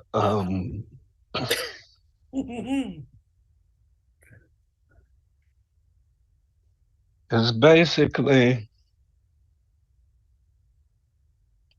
his experience until he goes in and find out what the root cause is. The things he manifests is at the frequency he's at. Right. I figured that. We talked about that too. I mean, like I say, it's going to take work because it could be something generational. It has to be. Could be another ancestor. I mean, those are just subjects that require people putting in that shadow work and just find out their soul. It ain't no way around it unless he came here dealing with guilt. Ooh. From issues that he hadn't resolved in previous lives. I mean, maybe he's doing the Captain Save a Whole thing because in the previous life,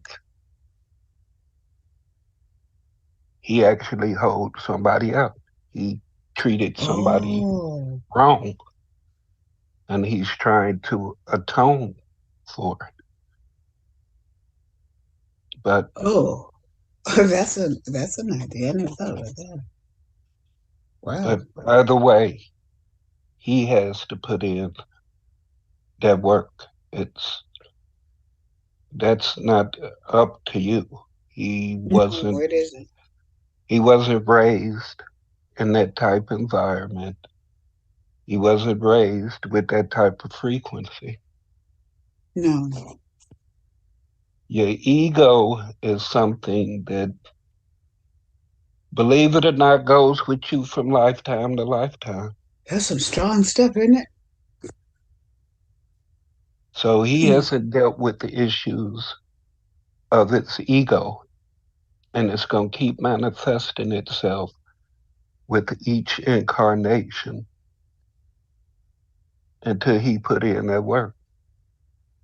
Yeah, we were talking about reincarnation, he and I'm saying, you do know you reincarnate, right? He said yes. So I never really thought to do him or asked him about that. So yeah, only he could tell me that because, I only got him on this carnation, because he was in the moon when he was crying all the time. And he cried so much when he got out. I said, Lord, he's about to drive me crazy. Maybe he was crying or in pain when he left here the previous incarnation, and he just picked up where he left off at. I can ask him that too. I mean, you can't be good to anybody else if you don't be good to yourself.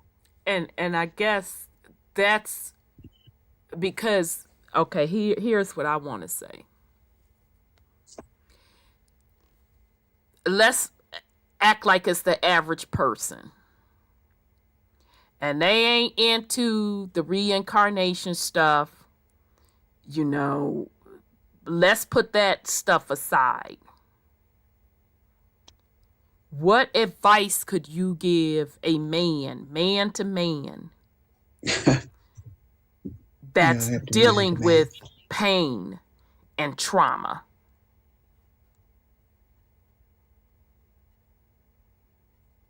Bruh, you gotta let that shit go.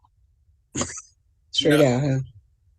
Flat. I tend to have this conversation with males, and the thing is, that's all they've been told is to let things go and to get over it. That's why I brought it up. We apologize up in advance, y'all. I told y'all this was gonna be deep, and I'm doing this for a purpose. I'm sorry. Go ahead, son, Scotty. And the real thing, just like we tell everybody else, no, you gotta get it head on. You gotta take it head on. You gotta confront it, and that's where it takes the bravery to be vulnerable. And a lot of men ain't taught about vulnerability. Absolutely. To speak upon your feelings can feel like your heart is going to explode.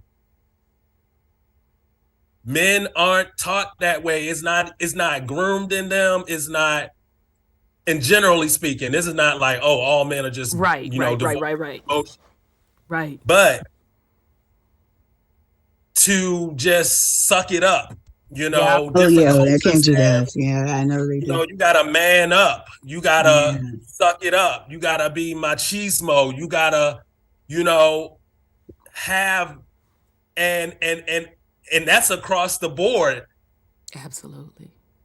To me, letting it go. There's no safe space really to have that vulnerable talk. And especially with yourself, like to start it with yourself, because that's really what you got to do before you do anything out into the world, to be like, this is who I am. This is how I feel. This is how I am in the world, is to be able to confront it in yourself. And like you said, we talk about doing the shadow work and doing all that. And yeah, those terms may not hit home for them, as it be just like, your deepest, darkest fear inside of yourself. Can you talk to yourself about that? When did you start feeling that way? Why do you feel ashamed to cry? Are your feelings attached to some type of identity? Why are certain feelings attached to identities or genders? Like, that's the first thing. Men talking about you can't even cry because that's some bitch shit. You in touch with your emotions. You too sassy. Anything a straight male do, they gonna call them gay or like on the DL or so. It's like they can't go through the natural swing of their emotions in a healthy way. Right. And they think the healthy way is to push it down and put on the facade of strength. Like trying to go outside and save somebody else when you need to save yourself. Yeah. But see, let it go to me means let go of all those negative emotions. Purge. Let go of everything that doesn't serve you. But sometimes you can't let go of something that you can't even name. You don't even talk about it. They You don't never even know what it confronted is. it in yourself. How you let go of it and you don't even know what it is. You just know it's a heaviness. You just know if you get in this certain occurrence, you're triggered. And you don't know why you triggered. You just know how to cope with the trigger. But what is the trigger? Why are you triggered? That's what putting in the shadow work. Right, but what's specific? Because let's put aside the terms shadow work. Yeah, because they you know what I'm saying?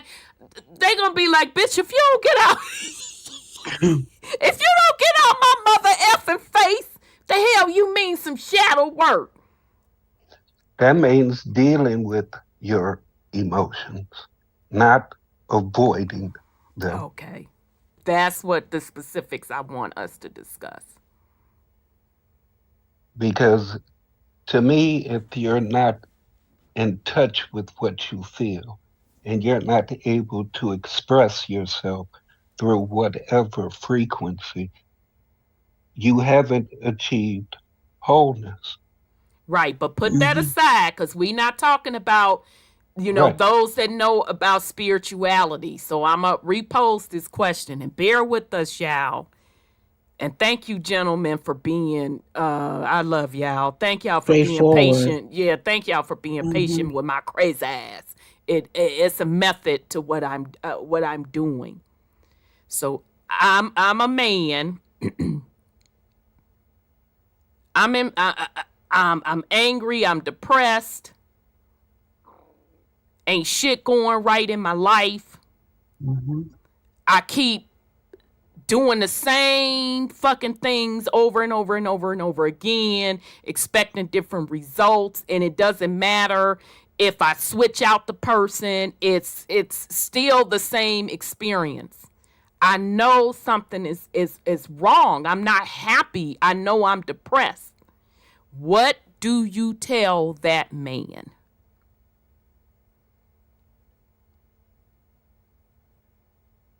How do they start their journey?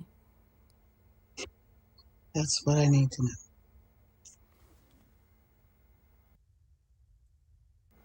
I need to understand why you feel that way. Any advice? And son Scotty, I usually just start asking questions because, like, usually it's hard to tell somebody where to start with their healing. Like, when was the last time you were happy? Who was there? What were you doing? Can you describe the emotions that you feel in one day? Is it 1, 2 emotions, a whole plethora of emotions, no emotions? Can you put a word to those emotions that you feel? From those emotions that you feel, what actions did you take on those? Did those emotions did the actions that you took on those emotions benefit you or put you back in that same cycle?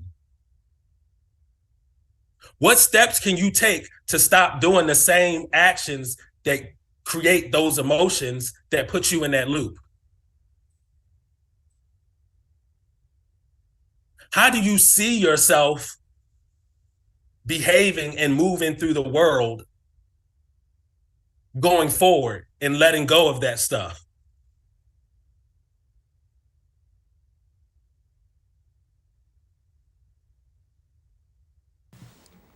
So, thank you, son Scotty. I'ma say That's this. pretty good.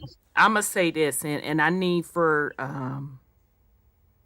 the gentleman, y'all let me know if I'm off base. Okay, so this coming from, you can say the feminine or the woman inside, whatever the case may be. Am I off base to say, to offer the advice to men that it's okay to not fucking be okay? Absolutely not. Am I off base as a woman? And I'm okay if I am. Trust me, baby. That's another thing. My feelings ain't fencing to be hurt. When the last time you cried, my dude? When did you let yourself fall apart? They probably will have a hard time answering that. Never. When did you let yourself just fall apart and be a mess and just go through the phases of that? Is it okay? Am I off base to say it's okay for you to be hurt? Right. For you to be sad? For you to be in pain? No, because most of us have heard Those are that good from our mother. questions because nobody ever gave them permission to do that.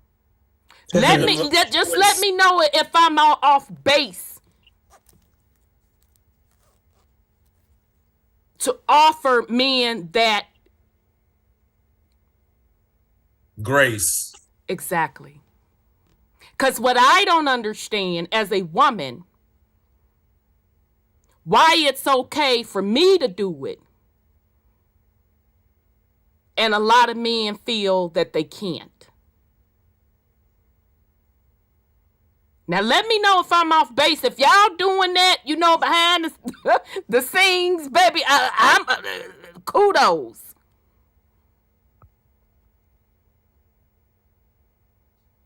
I'm serious. Is that off base? Are y'all doing that? No, you ain't off base, but most people are going by what society has told them. Yeah, they are. And you ain't supposed to feel pain. Pain is supposed to be temporary. You're supposed to just get over it. You're supposed to medicate it. You're supposed to, drink it away, fuck it away. Drink it away. Lust it away.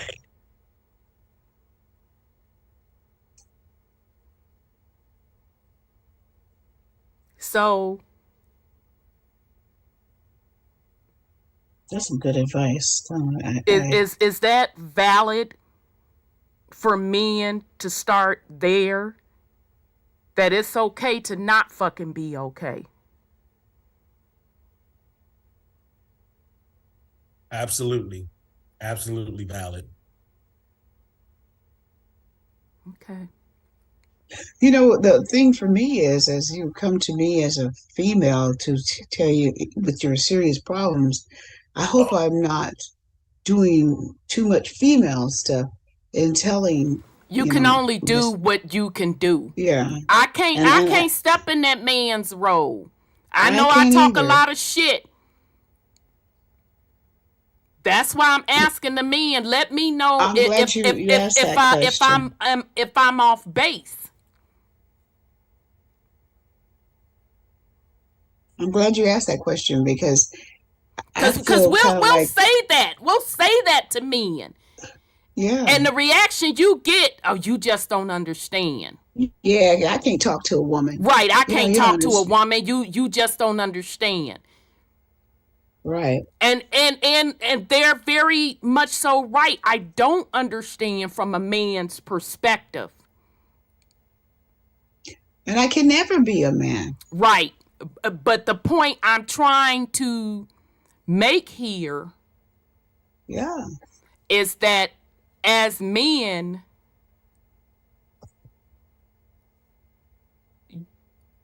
And that's How do another you thing heal too. your pain? I'm sorry, go ahead, son Scotty. That's another thing too. There's like this expectation that your pain should be understood. Like you need to let that go too. You can be in pain and it not be understood. Fuck what other people think. Absolutely. Fuck what you think about it sometimes. Like you be ashamed of your own pain. And that's why you push it away. Yeah. And that ain't healing. Absolutely. Yeah, but the bottom line is at some point you have to deal with it. Life goes on. We understand that, but we can't get to the point of dealing with something that deal with it. We can't even acknowledge. Life do go on, and motherfuckers be stuck in a loop. They be stuck in whenever they was 11 years old and that shit happened. Right. Whenever they was 17 and that shit happened. And now they 30 and they 40 and that shit's still happening in them, but time to move the fuck on. Right. Like that one song said, I tried to drink it away. It's really a deep song. Yes, I tried to put it in. She's tried to smoke it away. So, and mine brought it from another existence, obviously, because he came out. Well, don't so you don't know where I says pause, breathe. Yeah, well, that's not for you to say where he brought it from. Well. That's for him to say. That's true too. I just had the experience with it. So I'm just putting it out there again to the men. Okay? It's okay. It's kind of interesting that you can carry that stuff. And when you said that, I said, ugh. And so that's you got to let it go before you go. Let's back this up, because what we ain't fencing to do, we ain't finna sweep this under the rug. We not finna use cliches. No. Because telling me to let something go. No, I'm just. What? Okay, but I'm still motherfucking in pain. What you mean, let go? Okay, well, I'm finna go on and put one in the motherfucking air. Since you want me to let it go, goddammit, let me go on and put something in the air. Get my little drink on. Let me go on and call this woman over. Do XYZ 4, 5, 6. No, we not doing that. And now you done brought another being into the realm off of that. Right. The fuckery. Now we want to talk about cycles. We want to talk about generational curses. Let's motherfucking get real. Yeah. Let's not put it away. Let's talk. What about healing it away? There is a difference. Facing it. I'm sorry. Go ahead, Brother Sean. The difference is in people wanting the healing and wanting the help. We could tell people everything under the sun. We could show them everything. We could be there for them. But the minute they step outside, away from everybody, then what? Okay, at some point. That's their choice, though, right? Exactly, and that's what I'm getting to. If you don't want the healing, can't nobody force you to take it. Totally agree, and I'm not going into this about people not wanting it. Because if you don't want it, baby, you should have been done clicked off this video. That's not even a factor of what we're talking about. Because to me, people that really want the healing, they begin the conversations themselves. Like I say, it's just a matter of them knowing I think that they that's can. I think that's a little harsh It's a because matter of them. Sometimes the trauma is, they don't know where to start. exactly. To me, wherever you start is a good point. Is the fact that you're starting to have a conversation.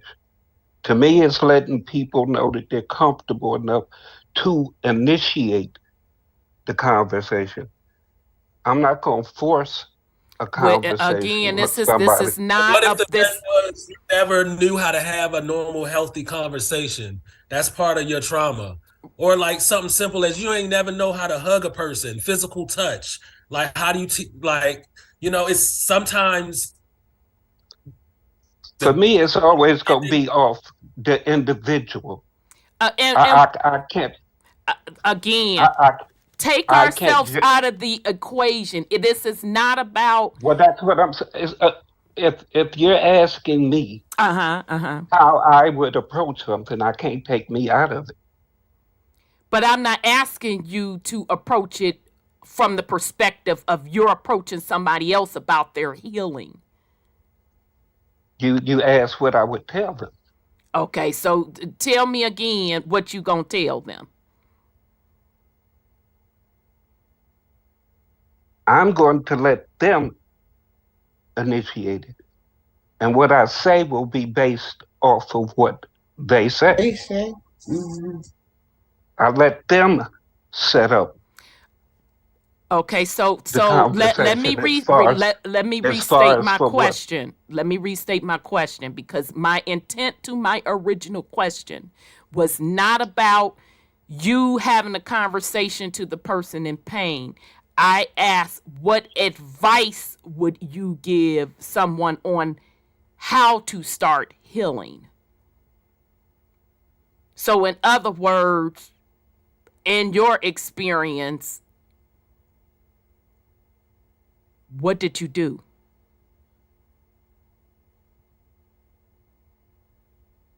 Again, as I said, depending upon the individual. No, I'm not talking about that individual. I'm asking. You talking about in general? Okay, so for example, if somebody asked me, well, Rhonda, what did you do for healing? Okay. Literally just wrote out this inner child thingamajig. Yeah, I wrote that down. That's not me asking them XYZ, well, baby, what happened 4, 5, or 6? Yeah. It's what advice are you giving the individual based on your experience? How did you do it? From a man perspective. As I was stating, depending upon the circumstances. As far as for me, I have to deal with shit head on. Got it. I let myself feel what I have to feel. Just say it. I go through that, and then I let the shit go. I can't live in that emotion. I can't live in that frequency. It's nothing I can do about it. I learn from it. I let it go. And I move forward. Got it. I say it as simply as that because it's the only way to state it. It's not saying that it is easy to do. I mean, you have plenty of instructions or directions written down. It's easy to read them, but it ain't always easy to do. You know, That's just the way I talk. Okay, and that's fine. That's all. That was all my original question was. What advice, from a man's perspective, would you give them on healing? And then I would ask, like, do you ever find yourself struggling to let go of an emotion? Has that ever happened? Do you ever find yourself lingering in something that's not good for you, or lower frequency? And what do you do when that happens? I stop. I catch myself. I stop. That's So you all haven't I do. That's you haven't all I matured. do. You The haven't thing is, matured. I stop and think before I do anything stupid. I know that I'm triggered. I know that something didn't happen. Yeah. Whether Yeah, I'm sure immature. about Mhm. what the trigger is or not, if my thoughts is taking me to do something stupid, I'm like, hold up. Is this situation even worth all that? You have to evaluate it, huh? Why am I getting worked up? I learned early, control what you can. My There you grandmama go. taught me that early. She said your life would be a whole lot less stressful if you just control the things that's within your power to control. She said stuff gonna happen, but things will get better. That's what I grew up believing in. Okay. So, son Scotty, what advice would you give?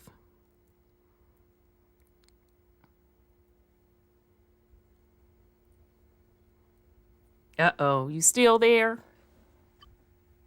Yes, I'm still here. Because I'm sorry if I'm rushing you. I apologize. no, because taking it back to what I said earlier, you have to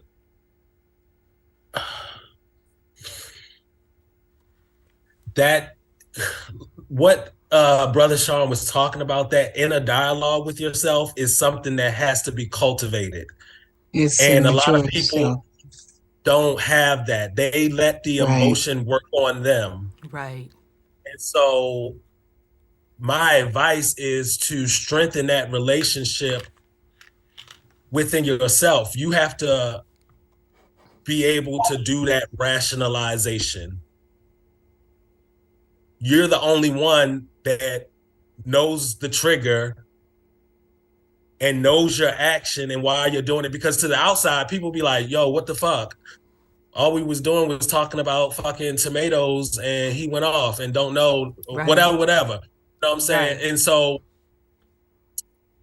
cultivating that inner dialogue is something that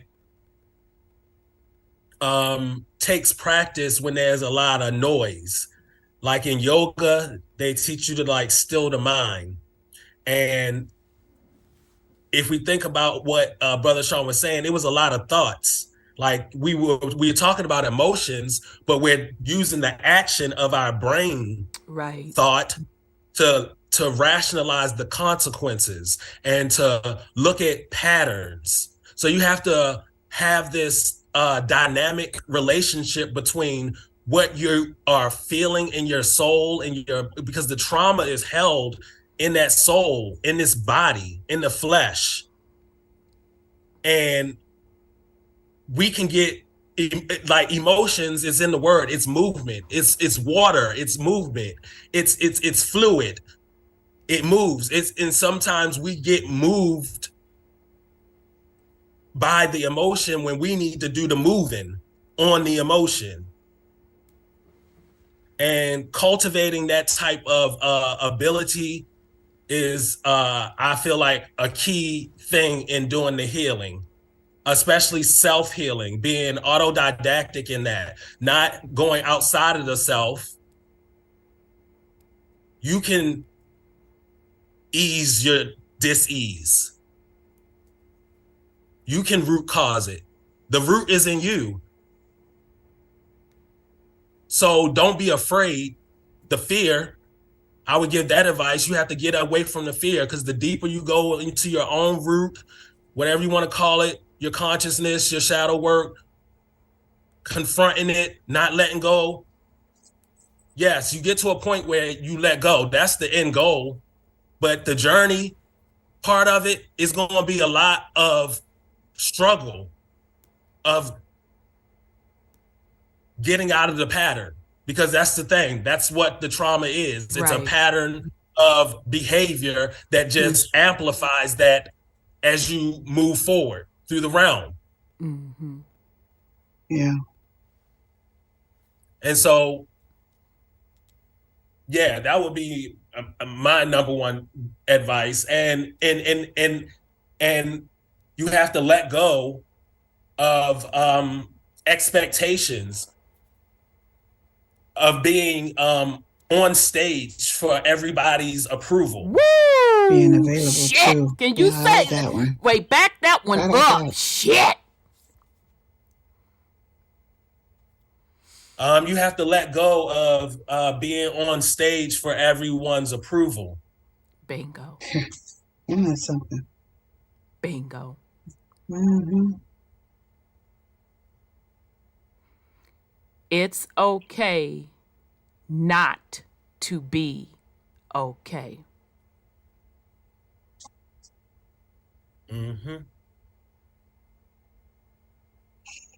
That is just my opinion.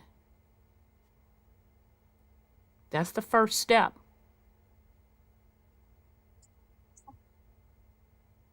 It's okay to be in pain. It's okay to feel unloved. It's okay to feel unworthy.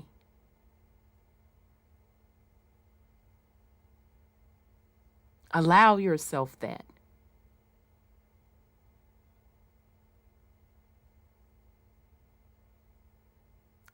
Then you can start having conversations with yourself on why you feel those things.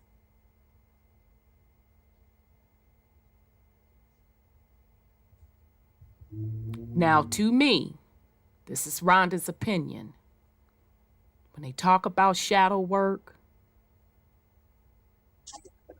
that's the true shadow work.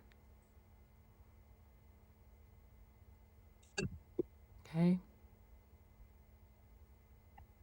This isn't about no formula. This isn't about what society says. I'm talking to men. I'm even talking to women, specifically melanated women. Yeah. It's okay for you not to be okay. It's okay for you not to want to be fucking superwoman.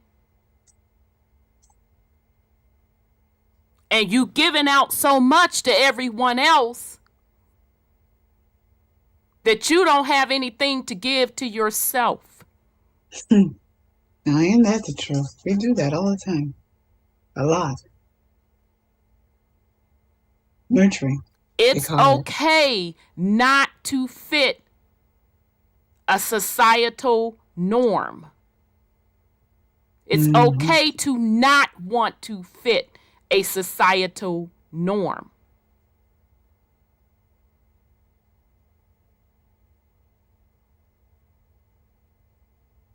In my opinion, this is just Rhonda's opinion, start honoring the true you. And when you're honoring the true you, I'm not talking about sitting up here honoring, oh, you know, I'm this, I'm that, I'm all that in a bag of chips. I'm this to the physical world and in the spiritual world, because I can go here and do this and do that and tap dance here and kick it with this and this and this and that. That's all cool. Mm-hmm. But what about that other part of you that you may have buried because things happened and you're in pain or you feel you a mess. Things that happened to you or things that you've done to others. What about honoring that part of you and reconciling that part of you? It's still all a part of you. And you can heal it and change it. And you deserve it. But only you can do that. And you can do that. Now, that's just Rhonda's opinion, okay? So I'm not trying to sit up here and say that, this one little show and all of our, little advice, experience, and opinions is going to be the end all to be all. Because as we've all said, it takes work. But aren't you worth it?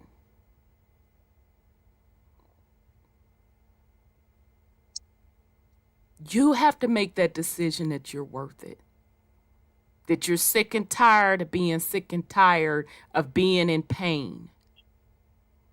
That you truly want to wake up and be in peace and at ease with self. You can do it. Okay? Allow yourself those feelings, allow yourself to grieve. Okay? And then as you're going through this process, be honest with yourself. Take inventory of yourself, of how you navigating in these streets. Oh, yes, please. How's you living? Because again, this ain't about what nobody else think. This ain't about that mask that you put to the world. This is about you.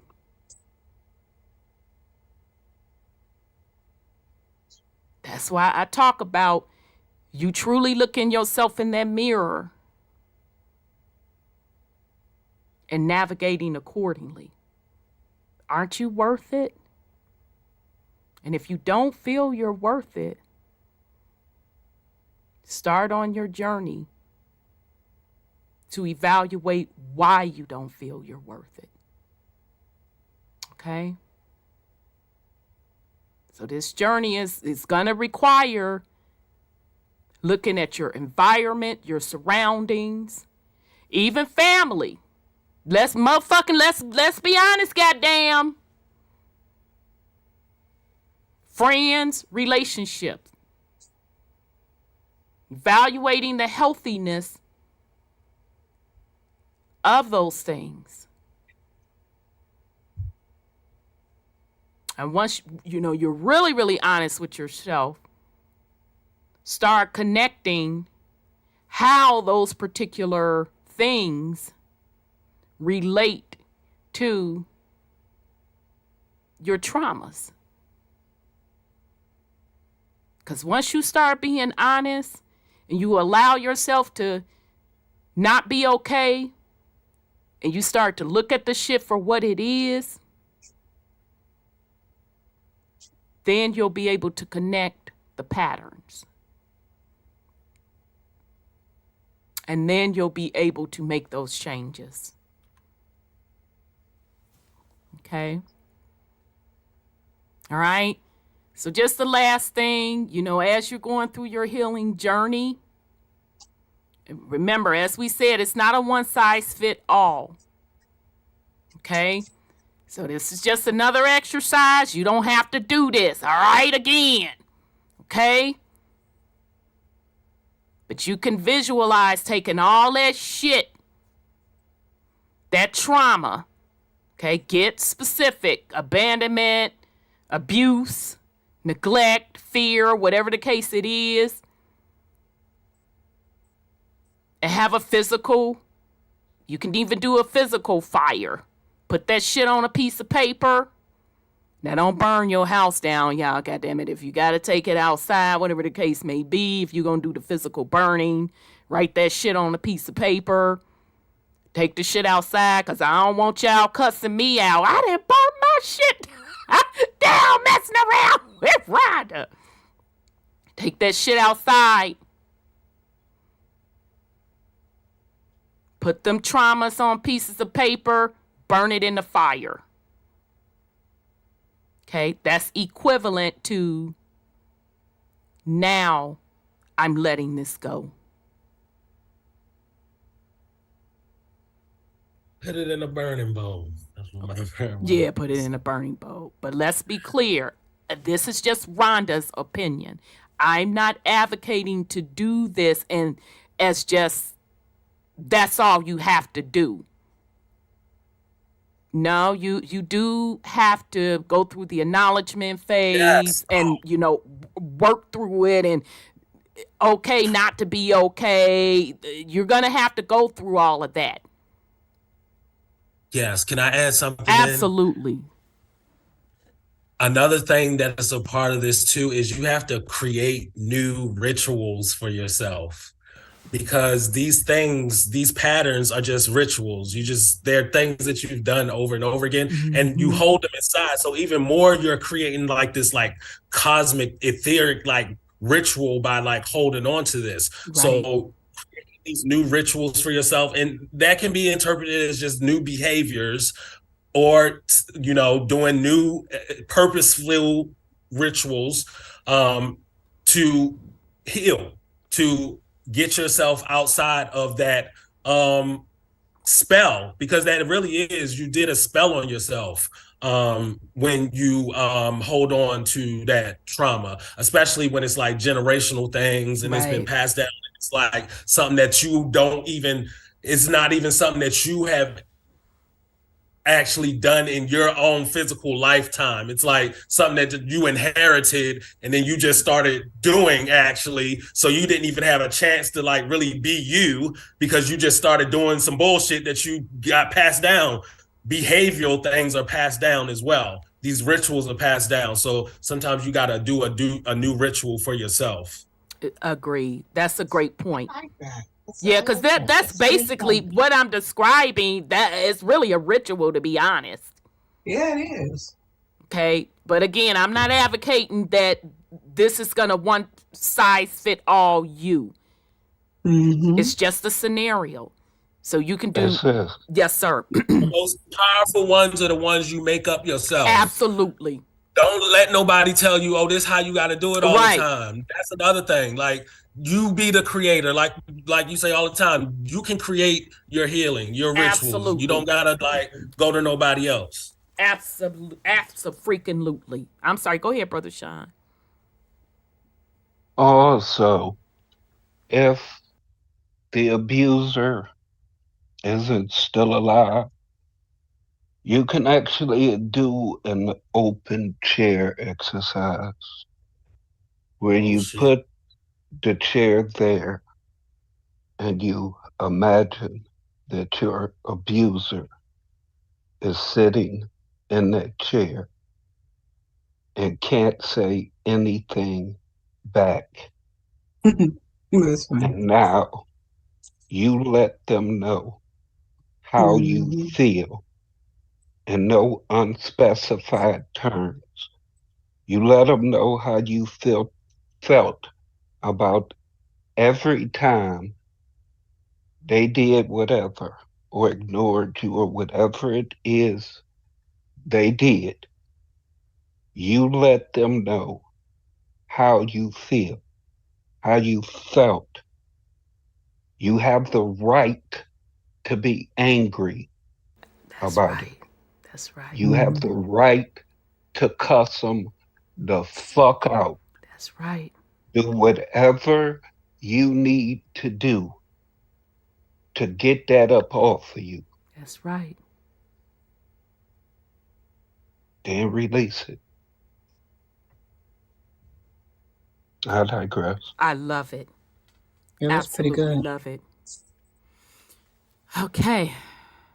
Maybe I'll learn how to speak to men, young men for sure.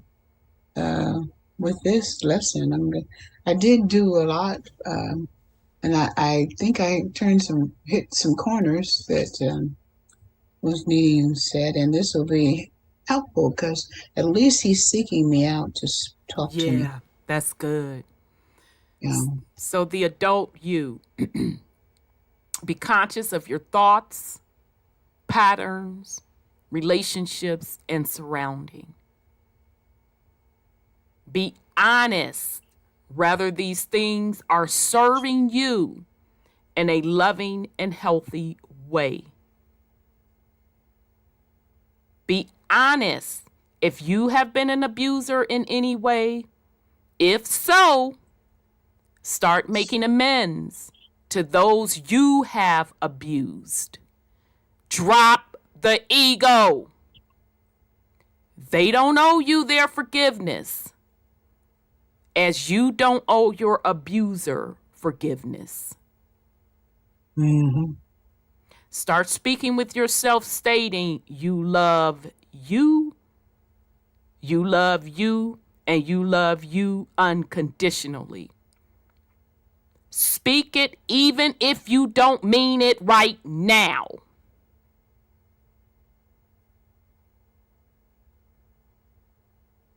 I'll say that again.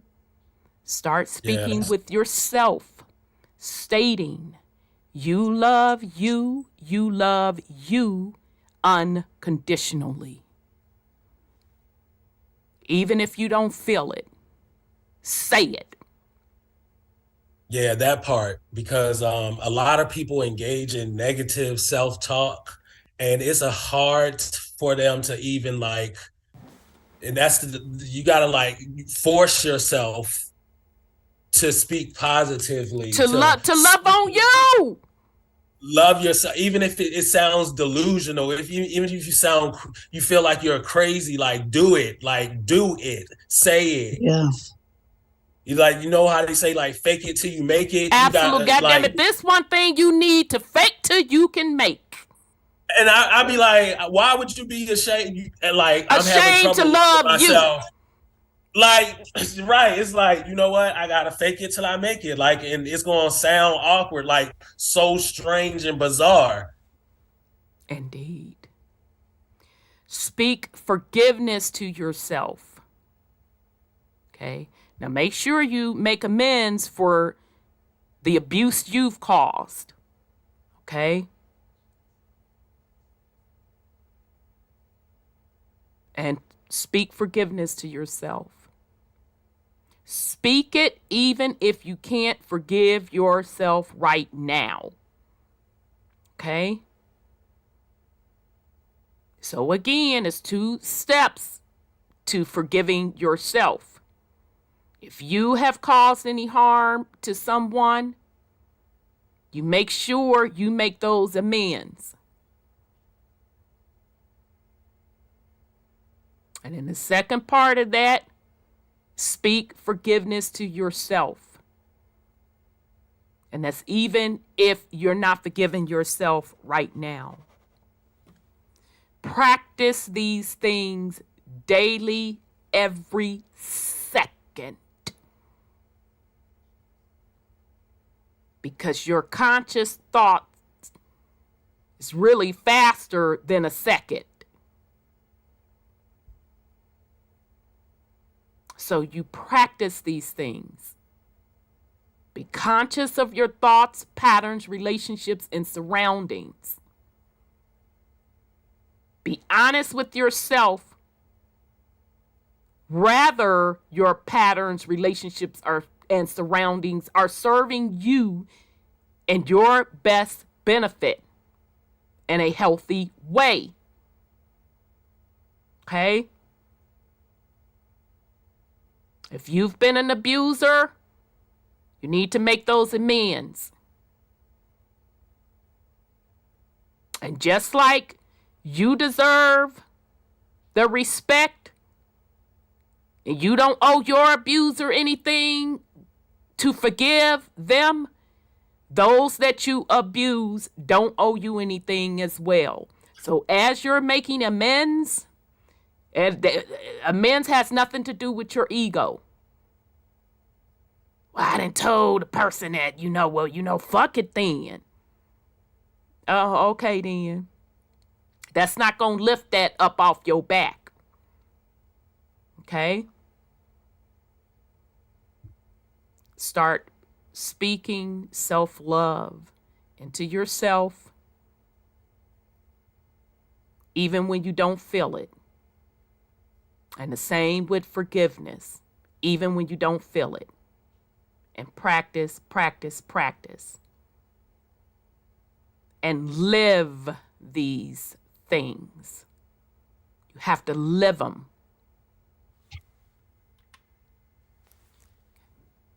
Your soul has been waiting on this moment. You are worthy. Now, this next sentence don't mean nothing, but I believe in you. You can do it. But more importantly, you believe in you. Create the world you want to live in.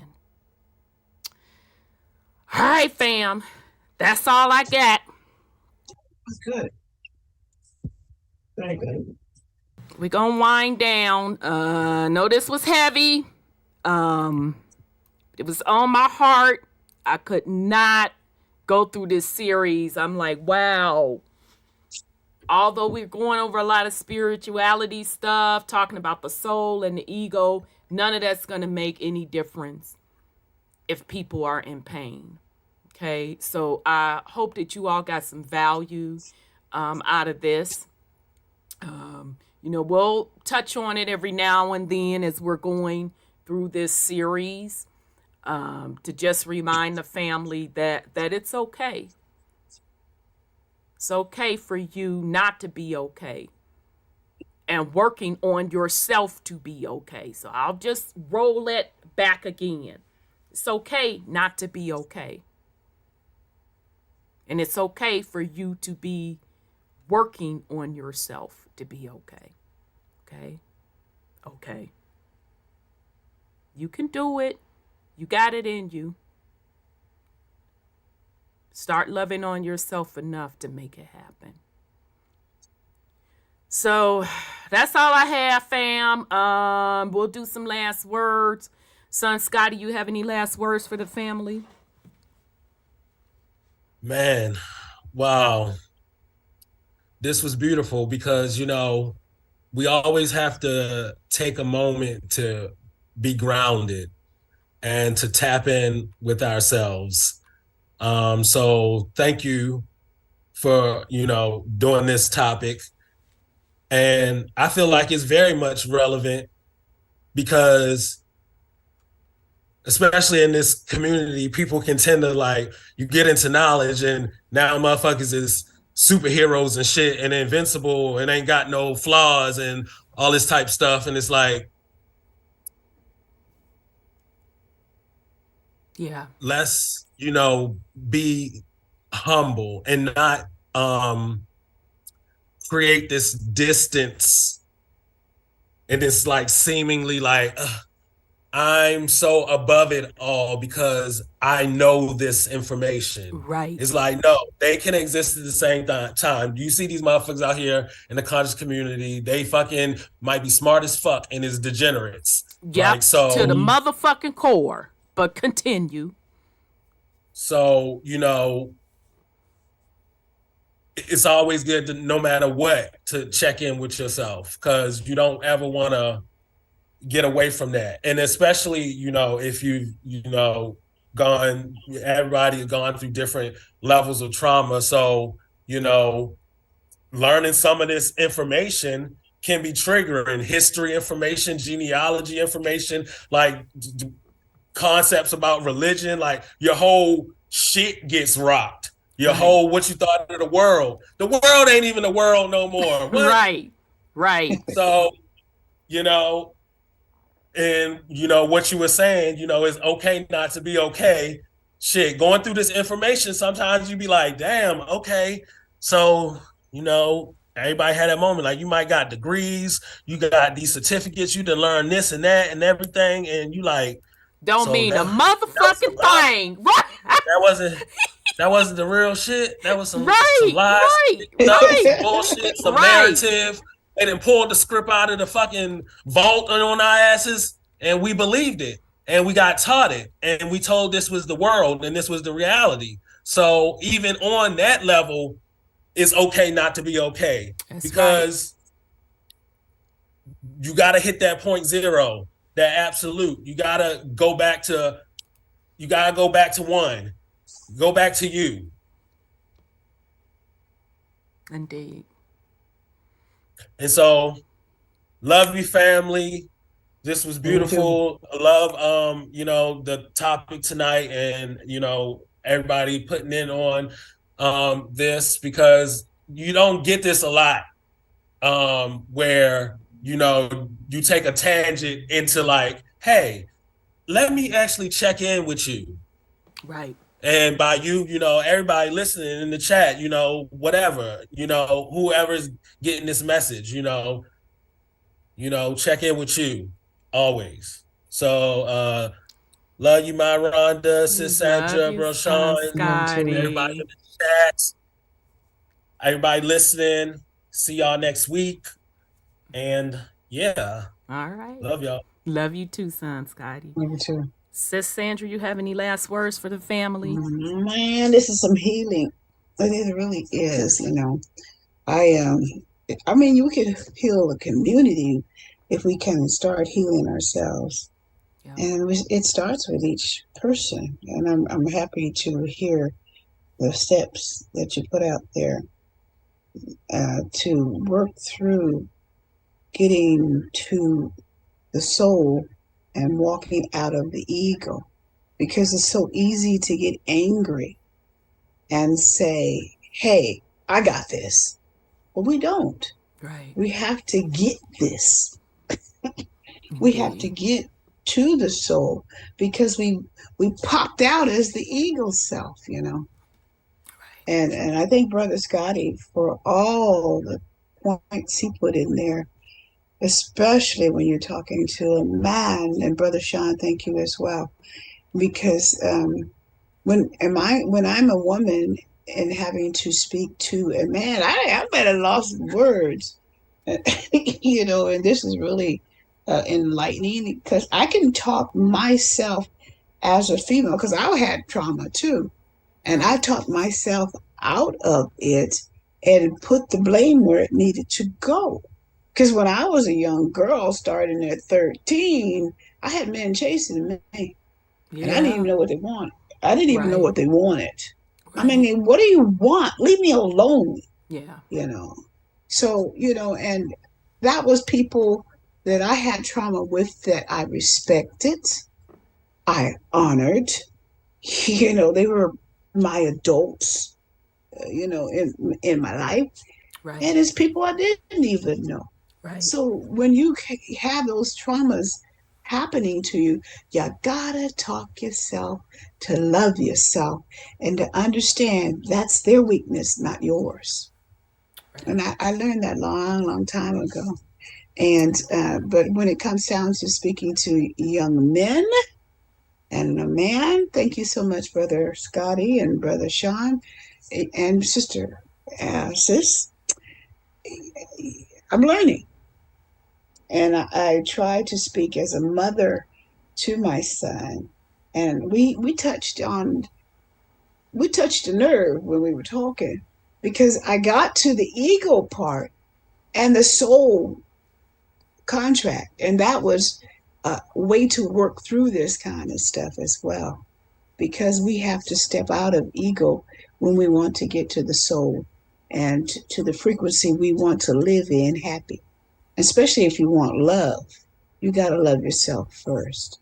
So I thank you, and I thank everybody else who contributed with their comments and for listening, and so on and so forth. Because it's a sad thing if you can't laugh and be happy with who you are. Yeah. And this is why people are trying to change themselves. And when you get two people in one body, you really gonna get confused because that wasn't the change you needed. You need to start loving who you are, but you have to forgive yourself first. Indeed. Thank you, Thank you. sis. Brother Sean, you have any last words for the family? Well, bruh,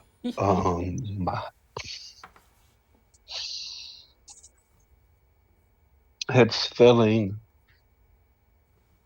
safe enough Yeah. to be vulnerable. Most of us men don't feel as though we have the space to be vulnerable. Certain things, as we discussed, are frowned upon and looked upon as weakness. And the very people that we should feel safe enough around to be Okay. vulnerable then use that against us.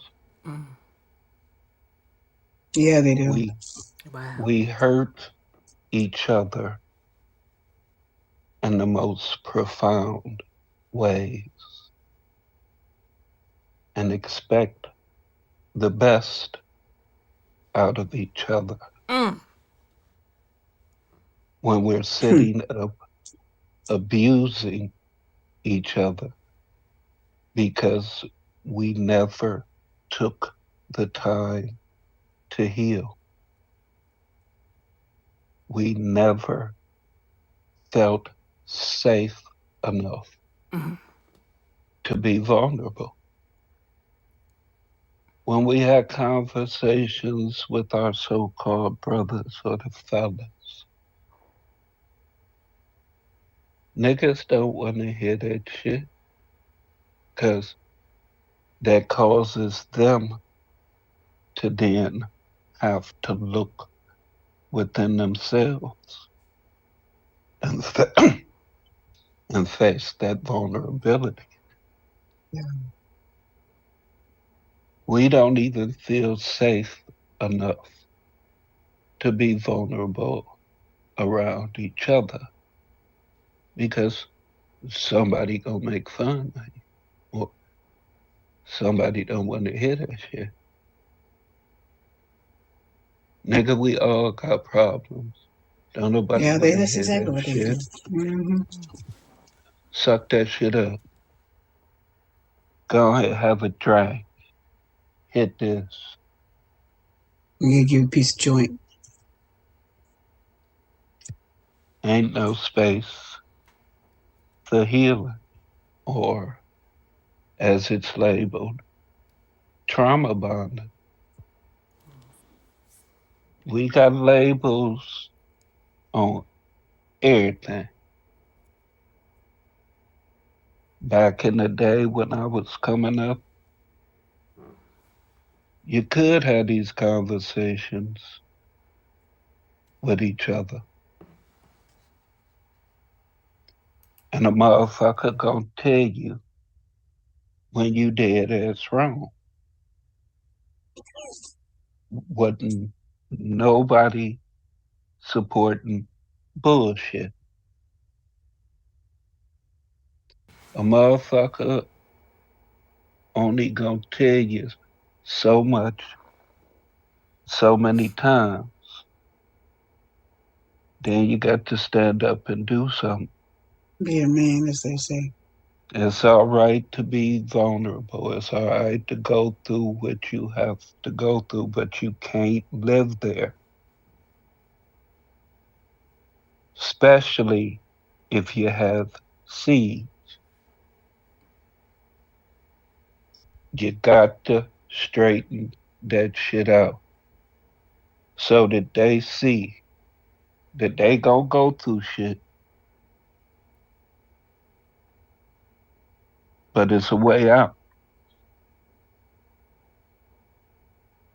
You deal with it by letting go. And when I say let go, let yourself go through what you have to go through. It's part of the process. Crying is normal. It's healthy. It becomes unhealthy when you live there and refuse to take power. If you're no longer in those circumstances, there comes a time when you take your power back. Your power was taken away from you. You now have the opportunity to take your power back. Command it. Mean it. You are worthy. You are special. That's why you're still here. You have a purpose. And victimhood and failure is not it. You're not a victim. You're not a failure. You went through some things. You've ascended above them. Continue your growth. Love y'all. Wholeness and power. Thank you, Wholeness Brother and power. Sean. That was fucking beautiful. That's gonna make me cry. That was fire. That was fire. Yeah. All right, Wow. fam. We love y'all much. We out of here. So I'm finna play that Salon song, Cranes in the Sky, the little video. We gonna rock out with that because I think she did a little excellent job with that 4, 5, and 6. So we love y'all, fam, and we gonna see y'all next